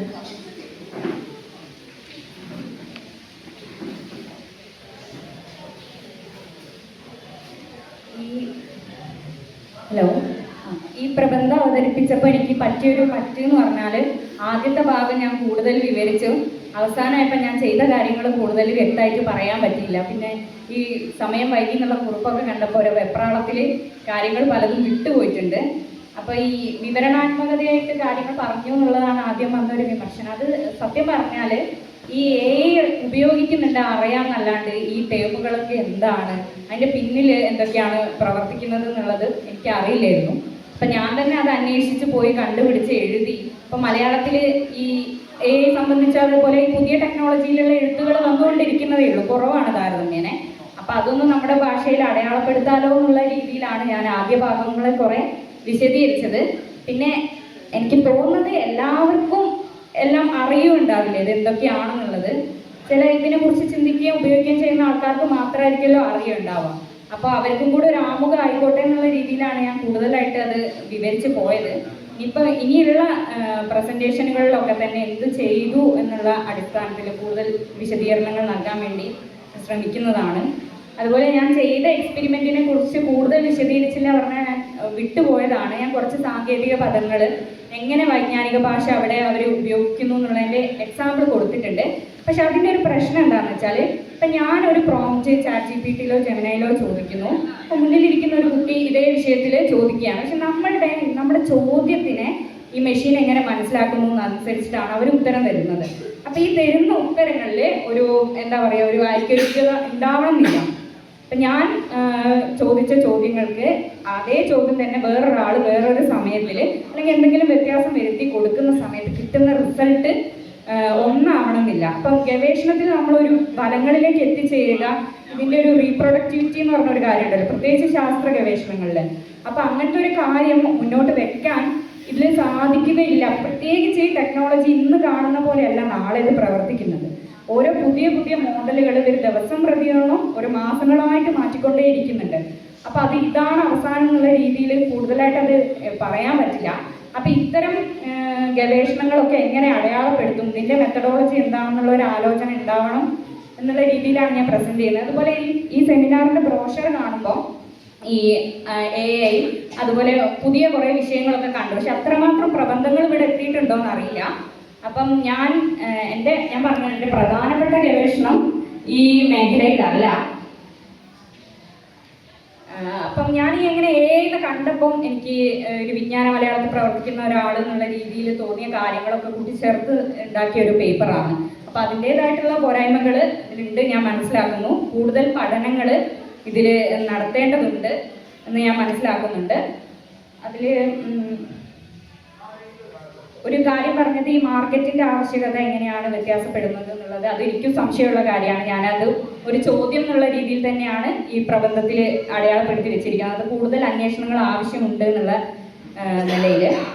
പിന്നെ ഇതിൻ്റെ ഈ മേഖലയിൽ പ്രവർത്തിക്കുന്ന ആളുകളെ കാണുക എന്നതിന് വളരെ പ്രസക്തമായിട്ടുള്ള ഒരു പോയിന്റാണ്. പക്ഷേ ഈ മേഖലയായിട്ട് ആദ്യമായിട്ട് ഇടപെടുന്ന ഒരാളെന്നുള്ള രീതിയിൽ ആരെ പോയി കാണും എന്നുള്ളതൊരു കാര്യം. ഞാൻ പഠിച്ചത് ഈ ChatGPT മൈക്രോസോഫ്റ്റും പിന്നെ ഗൂഗിളും ആണല്ലോ. അപ്പോൾ ഇതിൽ വർക്ക് ചെയ്യുന്ന എൻജിനീയേഴ്സ് ഈ NLP എന്ന നാച്ചുറൽ ലാംഗ്വേജ് പ്രോസസ്സിംഗ് എന്ന് പറയുമ്പം നമ്മളിപ്പോൾ ഒരു നിഘണ്ടുവൊക്കെ നമ്മളായിട്ട് തയ്യാറാക്കുന്ന പോലെ അല്ലെങ്കിൽ ഒരു സർവ്വവിജ്ഞാനകോശം ഉണ്ടാക്കുന്ന പോലെയുള്ള സിസ്റ്റം അല്ല. നമ്മുടെ സംഭാഷണങ്ങൾ ശേഖരിക്കപ്പെടുന്നു, നിലവിലുള്ള ഡാറ്റ ശേഖരിക്കപ്പെടുന്നു. അപ്പോൾ ഈ ഭാഷയിലുള്ള ഇടപെടലുകളെ ഈ കോഡിംഗ് വഴി ഇവർ കൊടുക്കുകയാണ്. അപ്പോൾ ഈ എൻജിനീയേഴ്സ് ആരൊക്കെയാണ്, ഇവർ ഏതൊക്കെ പ്രാദേശിക ഭാഷകൾ എങ്ങനെയൊക്കെ സ്വീകരിക്കുന്നു, ആ കാര്യത്തിലൊക്കെ എനിക്ക് കുറേ അജ്ഞതയുണ്ട്. അപ്പം ഇതിൽ വർക്ക് ചെയ്യുന്ന ആളുകളെ തിരഞ്ഞ് കണ്ടുപിടിച്ച് അത് അന്വേഷണം ഉണ്ടാവേണ്ടതുണ്ട്. അത് ഞാൻ ഈ വിഷയം നിങ്ങളിലേക്കും കൂടെ മുന്നോട്ട് വെക്കുകയാണ്. ബാക്കി എല്ലാവരും ഈ മേഖലയിൽ ഈ കുറവുകളുള്ള ഭാഗത്തിലേക്ക് പൂരിപ്പിക്കുക എന്നുള്ള രീതിയിലേക്ക് ഞാൻ വെക്കുകയാണ്. ഞാൻ ആ ഒരു രീതിയിൽ തന്നെയാണ് ഈ വിഷയം എടുത്തുകൊണ്ട് വന്നത്. അല്ലാതെ ഞാൻ കുറച്ച് കാലങ്ങളായിട്ട് മാസങ്ങളായിട്ട് ഇതിൽ ഭയങ്കരമായ ഗവേഷണം ചെയ്തു എന്നുള്ളതല്ല. എനിക്ക് തോന്നിയ ചില കാര്യങ്ങൾ പ്രത്യേകിച്ച് ഇതിൻ്റെ ബ്രോഷർ കണ്ടപ്പോൾ അവതരിപ്പിക്കണമെന്ന് തോന്നിയ രീതിയിലാണ് പറഞ്ഞത്. അപ്പം ഞാനിത് ഇനി ഭാവിയിൽ ഈ മേഖലയിൽ പഠനങ്ങൾ നടത്തുമ്പോൾ തീർച്ചയായിട്ടും ഈ കാര്യങ്ങൾ ശ്രദ്ധിക്കുന്നതാണ്. പിന്നെ ഇതിൻ്റെ ഏത് സർഗാത്മകത വികസിക്കുമോ എന്നുള്ള കാര്യം, അതുപോലെ തന്നെ പ്രാദേശിക ഭാഷകൾ ഡയലക്ട്സിൻ്റെ ഉപയോഗമൊക്കെ സംസാരിച്ചിരുന്നു. ഞാൻ അതിന് കൂടുതൽ ആലോചിച്ചിട്ടില്ല. വൈജ്ഞാനിക ഭാഷ എന്നുള്ള രീതിയിൽ മാത്രമേ ഇവിടെ അടയാളപ്പെടുത്തിയിട്ടുള്ളൂ. അപ്പോൾ എൻ്റെ ഒരു നിരീക്ഷണം AI തീർച്ചയായിട്ടും സർഗാത്മക നമ്മളിപ്പോൾ നിലവിൽ കാണുന്ന രീതിയിൽ ഇത് വലിയ വെല്ലുവിളിയായിട്ട് തോന്നാമെങ്കിലും നമുക്ക് ഈ യന്ത്രത്തിൻ്റെ ഈ അഡ്വാൻസ്മെൻറ്റ് പുതിയൊരു മനുഷ്യൻ്റെ ബുദ്ധിക്ക് പുതിയ സാധ്യതകൾ തുറന്നിടുകയാണ് ചെയ്യുന്നതെന്നാണ് എനിക്ക് തോന്നുന്നത്. ഇപ്പം ഇന്നലെ മനോരമയിലൊരു വാർത്ത ഉണ്ടായിരുന്നു, സോഫ്റ്റ്വെയർ എഞ്ചിനീയർമാരുടെ ജോലി സാധ്യതയിൽ ഇനി മാറ്റങ്ങൾ ഉണ്ടാകുന്നു. എന്ന് വെച്ചാൽ ഈ പഴയ രീതിയിലുള്ള കോഡിങ് ചെയ്യാനുള്ള ആളുകൾ ഇനി വേണ്ട, അത് AI ചെയ്യുകയാണ്. അപ്പോൾ ഈ കോഡിങ്ങിന് എന്ത് പ്രോംപ്റ്റ് നൽകണം, അല്ലെങ്കിൽ ഇത് ഏത് രീതിയിൽ പ്രവർത്തിക്കണം എന്നുള്ള ആശയങ്ങളായിരിക്കും അപ്പോൾ മനുഷ്യന്മാർ ആലോചിക്കേണ്ടി വരിക. ഇപ്പം ഈ AI ഉപയോഗിച്ച് നമ്മൾ വിവിധ സർഗാത്മക പ്രവൃത്തി ചെയ്യുമ്പോൾ അതെങ്ങനെ യുണീക്ക് ആവണം, അല്ലെങ്കിൽ പുതുതായിട്ട് ഇനിയും ചിന്തയിൽ വരാത്ത സാധനങ്ങൾ എങ്ങനെ കൊണ്ടുവരാം എന്നുള്ള ആലോചന മനുഷ്യരിൽ ഉണ്ടാവും സ്വാഭാവികമായിട്ടും. അപ്പോൾ ആ രീതിയിൽ സർഗാത്മകതയ്ക്ക് പുതിയൊരു വെല്ലുവിളിയും ആ മേഖലയിൽ കൂടുതൽ വികാസം ഉണ്ടാവുമെന്നാണ് വ്യക്തിപരമായിട്ട് ഞാൻ വിചാരിക്കുന്നത്. അതിൽ പ്രാദേശിക ഭാഷ മനസ്സിലാക്കാൻ ഇപ്പം ജെമിനി ChatGPTക്ക് ബുദ്ധിമുട്ടുണ്ട്. അത് ഞാൻ പ്രബന്ധത്തിൽ ഒരു ഭാഗത്ത് അടയാളപ്പെടുത്തിയിട്ടുണ്ട്. പിന്നെ ആ മേഖലയിൽ പഠനങ്ങൾ നടക്കുകയും കൂടുതൽ ടൂളുകൾ വരാനും സാധ്യതയുണ്ട്. അതിനെക്കുറിച്ച് വിശദമായിട്ട് അന്വേഷിച്ചിട്ടില്ല. അപ്പം ആ രീതിയിലും ആലോചന വരാം. പിന്നെ ഇതിൻ്റെ ഒരു പൊളിറ്റിക്സ് എന്താണെന്നുള്ളത് ചോദിച്ചിരുന്നു. അപ്പം ഞാൻ എൻ്റെ പ്രധാന ശാസ്ത്ര പഠനത്തിനുള്ള ഒരു മാധ്യമം, അല്ലെങ്കിൽ ലോകത്തിലുള്ള എല്ലാ വിജ്ഞാന മേഖലയും നമ്മുടെ മലയാള ഭാഷയിൽ അവതരിപ്പിക്കാനുള്ള ഒരു അവസരം ഉണ്ടാവുക എന്നുള്ളത് രീതിയിലാണ് ഞാൻ എൻ്റെ മെയിൻ പഠനം മുന്നോട്ട് കൊണ്ടുപോകുന്നത്. അപ്പം നമ്മൾ ഒരു പ്രത്യേകിച്ച് ഒരു മലയാളികളായിട്ട് ഒരു എഫേർട്ട് കൊടുക്കാതെ തന്നെ ഇത്തരം കോർപ്പറേറ്റുകൾ മുഖേന നമുക്കൊരു വിജ്ഞാന ഭാഷ ഉണ്ടായി വരുന്നുണ്ട്. കാര്യം ഈ വൈജ്ഞാനിക വിവരങ്ങൾ ശേഖരിക്കാൻ വേണ്ടി നമ്മൾ കൊടുക്കുന്ന മലയാളത്തിലുള്ള പ്രോംപ്റ്റുകൾ അല്ലെങ്കിൽ അതിൽ വരുന്ന തർജ്ജമകളിലൂടെ ഒരു വിജ്ഞാന ഭാഷ പുതുതായിട്ട് രൂപപ്പെട്ട് വരുന്നുണ്ട്. അപ്പോൾ എന്തൊക്കെയാണ് അതിൻ്റെ സവിശേഷതകൾ, അതിൻ്റെ സാധ്യതകൾ എന്തൊക്കെയാവണം? പിന്നെ അങ്ങനെ ഒരു കാര്യം ഉണ്ടായി വരുമ്പം പ്രത്യേകിച്ച് ഞാൻ പറയുന്നത്, ഞാൻ ഈ ഗൂഗിൾ അതുപോലെ മൈക്രോസോഫ്റ്റ് മുതലായ ടെക് കമ്പനികളാണല്ലോ ഇത് കൊണ്ടുവരുന്നത്. അപ്പോൾ പ്രത്യക്ഷത്തിൽ നമ്മുടെ മലയാളത്തിൽ ഈ മേഖലയിൽ ഭാഷയിൽ പ്രവർത്തിക്കുന്ന ആളുകൾ ഇതിൻ്റെ നിർദ്ദേശങ്ങളിലോ അതിൻ്റെ ക്വാളിറ്റി അഷുറൻസിലോ ഇടപെടുന്നുണ്ടോ എന്നുള്ളത് എനിക്കറിയില്ല, എൻ്റെ സ്വാഭാവികമായിട്ടുള്ള സംശയം. അപ്പോൾ ഞാൻ മലയാളം യൂണിവേഴ്സിറ്റി പോലുള്ള ഒരു വേദി കിട്ടുമ്പോൾ ഈ ഒരു കാര്യം അവതരിപ്പിക്കാം, അതിൽ കൂടുതൽ ചർച്ചകൾ വരും എന്നുള്ള പ്രതീക്ഷയിലാണ് ഇത് കൊണ്ടുവന്നത്. അപ്പം ഒരു വിജ്ഞാന ഭാഷ എന്ന നിലയിൽ മലയാളത്തിൻ്റെ ഒരു വികാസത്തിന് അല്ലെങ്കിൽ നാളെ എന്ന് പറയുമ്പോൾ കുട്ടികൾ ഇപ്പം എല്ലാവരും റിസർച്ചിനൊക്കെ കൂടുതലായിട്ട് AI ടൂൾസ് ഉപയോഗിക്കുന്നുണ്ടാവും. ഭൂരിഭാഗം പേരും ഇംഗ്ലീഷിൽ ഇപ്പം ഒരുവിധം എല്ലാവരും ഇത്തരം ടൂൾസ് ഉപയോഗിക്കാതെ പുറത്തു പോകുന്നവരാണ് പിന്നോട്ട് ആയി പോവുക. അല്ല നമ്മൾ ബുദ്ധിപരമായിട്ട് കുറേ കാലം കഷ്ടപ്പെട്ട് ഒരു റിസൾട്ട് കൊണ്ടുവരുന്നതിൻ്റെ അപ്പുറത്തേക്ക് ഒരു കുട്ടി 5 മിനിറ്റ് കൊണ്ട് ഇതേ സാധനം തയ്യാറാക്കി വരികയാണ്. അപ്പം അതിനോട് കോമ്പീറ്റ് ചെയ്യാനുള്ള ഒരു കഴിവ് നമ്മുടെ ഭാഷയിൽ പഠിക്കുന്ന എല്ലാവരും ഇത് ഉപയോഗിക്കണം, ഇംഗ്ലീഷിനെ ഒഴിവാക്കണം എന്നുള്ള ഈ ഭാഷാ രാഷ്ട്രീയം അല്ല ഞാൻ ഉദ്ദേശിക്കുന്നത്. ആ ഒരു നിലവാരത്തിലേക്ക് നമ്മുടെ മലയാളം കൂടെ ഉയർന്നു വരണം എന്നുള്ള ഒരു പൊളിറ്റിക്സിൻ്റെ ഭാഗമായിട്ടാണ് ഈ പ്രബന്ധം ഇവിടെ മുന്നോട്ട് വെച്ചത്. അതിൽ തുടർ പഠനങ്ങൾ നടത്തും. ഇതുപോലെ അവസരം കിട്ടിയതും അതുപോലെ വിലയേറിയ അഭിപ്രായങ്ങൾ ഉണ്ടാവുകയും ചെയ്തു. വളരെ സന്തോഷം. സുധാരസിനെ ക്ഷണിക്കും.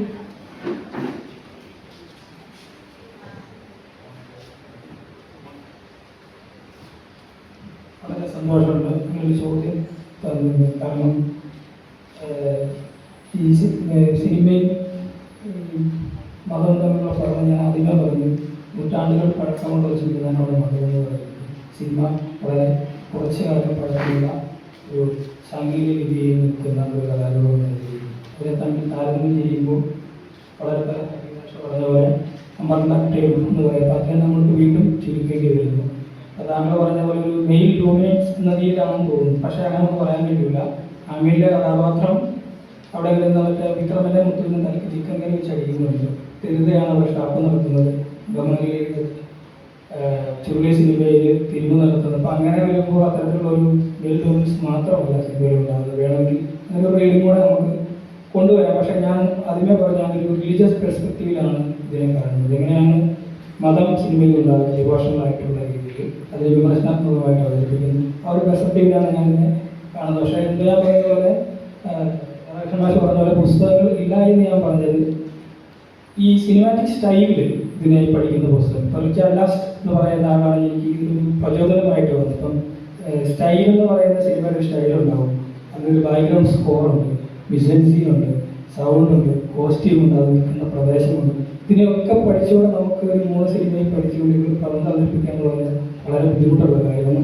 ഒന്നാമത് വിഷ്വലായിട്ടും ഓഡിയോയുമായിട്ടുള്ള ഒരു ബന്ധം നിലനിൽക്കുന്നത് തന്നെ കൃഷ്ണ പറഞ്ഞ പോലെ ആ റിച്ചാർഡ് ലാസ്റ്റ് അവതരിപ്പിക്കപ്പെട്ട ആ തിയറിയിലെ ശബ്ദത്തിൻ്റെ വിഷയം എനിക്ക് ഞാൻ അങ്ങനെ ഈ പേപ്പറിൽ ശബ്ദം അവതരിപ്പിക്കും. അതിനാണ് ഞാൻ മൊബൈൽ അത് റെക്കോർഡ് ചെയ്ത് കൊണ്ടുപോകുന്നത്.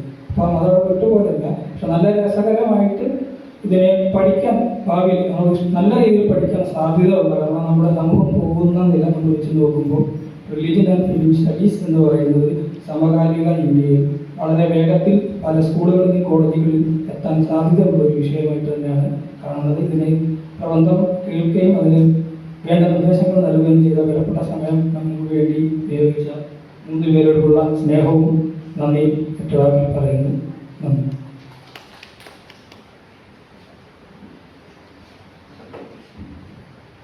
രശ്മിയെ ക്ഷണിക്കും.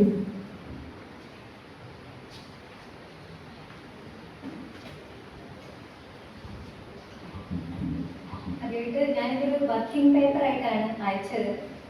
ചെറുതായിട്ടൊരു PSC ജോലി കിട്ടിയതുകൊണ്ട് ഞാൻ മാനസികമായി അതിലായതുകൊണ്ട് ഇപ്പോഴും അതൊരു വർക്കിംഗ് പേപ്പറായിട്ടാണ് നിൽക്കുന്നത്. അതിൻ്റെ കുറച്ച് അപാകതകളൊക്കെ അതിലുണ്ട്. പിന്നെ അഭിലാഷ് മാഷ് പറഞ്ഞ കുറേ കാര്യങ്ങൾ കൂട്ടിച്ചേർത്തി ഞാനതൊരു നല്ല പേപ്പറാക്കി മാറ്റാൻ ശ്രദ്ധിക്കാം. സാറ് പറഞ്ഞു പ്രതിരോധം അതിൽ കണ്ടെത്തേണ്ടതുണ്ടോ എന്നുള്ള ചോദ്യം.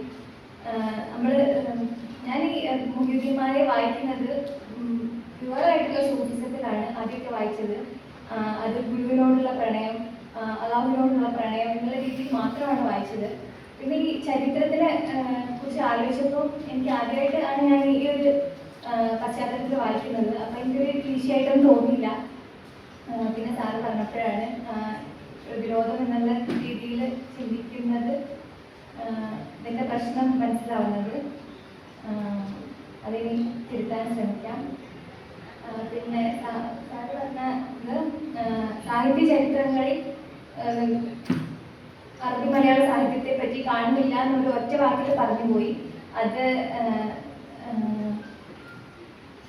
ലീലാവതി ടീച്ചറുടെ കവിതാ സാഹിത്യ ചരിത്രത്തിൽ മാപ്പിളപ്പാട്ടിന്റെ ഒരു ഉപശാഖ എന്ന് മാത്രം പറഞ്ഞുകൊണ്ട് അത് അവസാനിപ്പിക്കുന്നുണ്ട്. അത് മുഖ്യധാര സാഹിത്യ ചരിത്രമായിട്ട് നമ്മൾ കണക്കാക്കുന്നതാണ് ഒരു സാഹിത്യ ചരിത്രമാണ് അത്. പിന്നെ ഉള്ളൂരിന്റെ സാഹിത്യ ചരിത്രത്തിൽ പറയുന്നുണ്ട് ഉച്ചാരണ ശുദ്ധിയില്ലാത്ത പാട്ട് എന്ന് പറഞ്ഞിട്ട് അതും അവിടെ നിർത്തുന്നുണ്ട്. അതിന് ചില സാഹിത്യ ചരിത്രങ്ങളിലെങ്കിലും അത് അത്ര മാത്രം കാര്യമായിട്ട് കൊടുക്കാത്തത് കൊണ്ടാണ് ഞാനങ്ങനെ പറഞ്ഞു പോയത്. കൂടുതലായിട്ട് അടുത്ത തവണ ഞാൻ കൂട്ടിച്ചേർക്കാൻ ശ്രമിക്കാം. പിന്നെ ആ ഒരു പ്രതിരോധം എന്നുള്ള ഫ്രെയിംവർക്കിൽ നോക്കുമ്പോൾ നമുക്ക് അതിലുള്ള ഓരോ വരിയും ചിലപ്പോൾ ആ ഒരു പ്രതിരോധത്തിന്റെ ഇതിലായിട്ട് തോന്നുന്നുണ്ട്. പക്ഷേ നമ്മുടെ ആത്മീയ സംഘർഷങ്ങളാണ് അവിടെ ഉദ്ദേശിക്കുന്നത്. പക്ഷെ നമ്മൾ ഈ ചരിത്രത്തിന്റെ പശ്ചാത്തലത്തിൽ നോക്കുമ്പോൾ അത് ആ പ്രതിരോധത്തിന് നമുക്ക് കണ്ടെത്താൻ വേണ്ടി ആ പശ്ചാത്തലത്തിൽ നോക്കുമ്പോൾ അത് സാധിക്കുന്നതാണ്.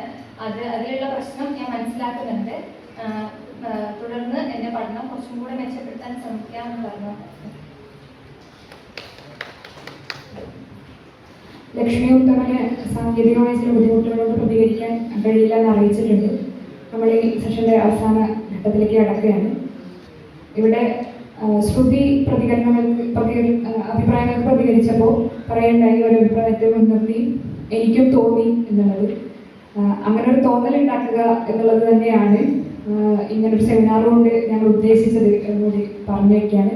കാരണം നമ്മൾ പല യൂണിവേഴ്സിറ്റികളിലും ഗവേഷകരായി പ്രബന്ധം അവതരിപ്പിക്കാൻ പോകുമ്പോൾ നമുക്ക് വ്യക്തമായ സമയമോ നാം എടുത്തൊരു എഫേർട്ടിനുള്ള ഒരു പ്രതിഫലം മറ്റു രീതിയിലല്ല, അതായത് അതിനോടൊരു കമൻ്റായോ അതിനോടൊരു വിമർശനമായോ ലഭിക്കാത്ത അവസ്ഥ പല സെമിനാറുകൾക്കകത്തുണ്ട്. അപ്പോൾ ഇത്തരമൊരു ദേശീയ സെമിനാർ നാം നടത്തുമ്പോൾ അതിനകത്ത് ഗവേഷകരുടെ എഫേർട്ടിനെ പൂർണ്ണമായും മാനിക്കണം എന്നുള്ളൊരു തീരുമാനം ആദ്യമേ എടുത്തിരുന്നു.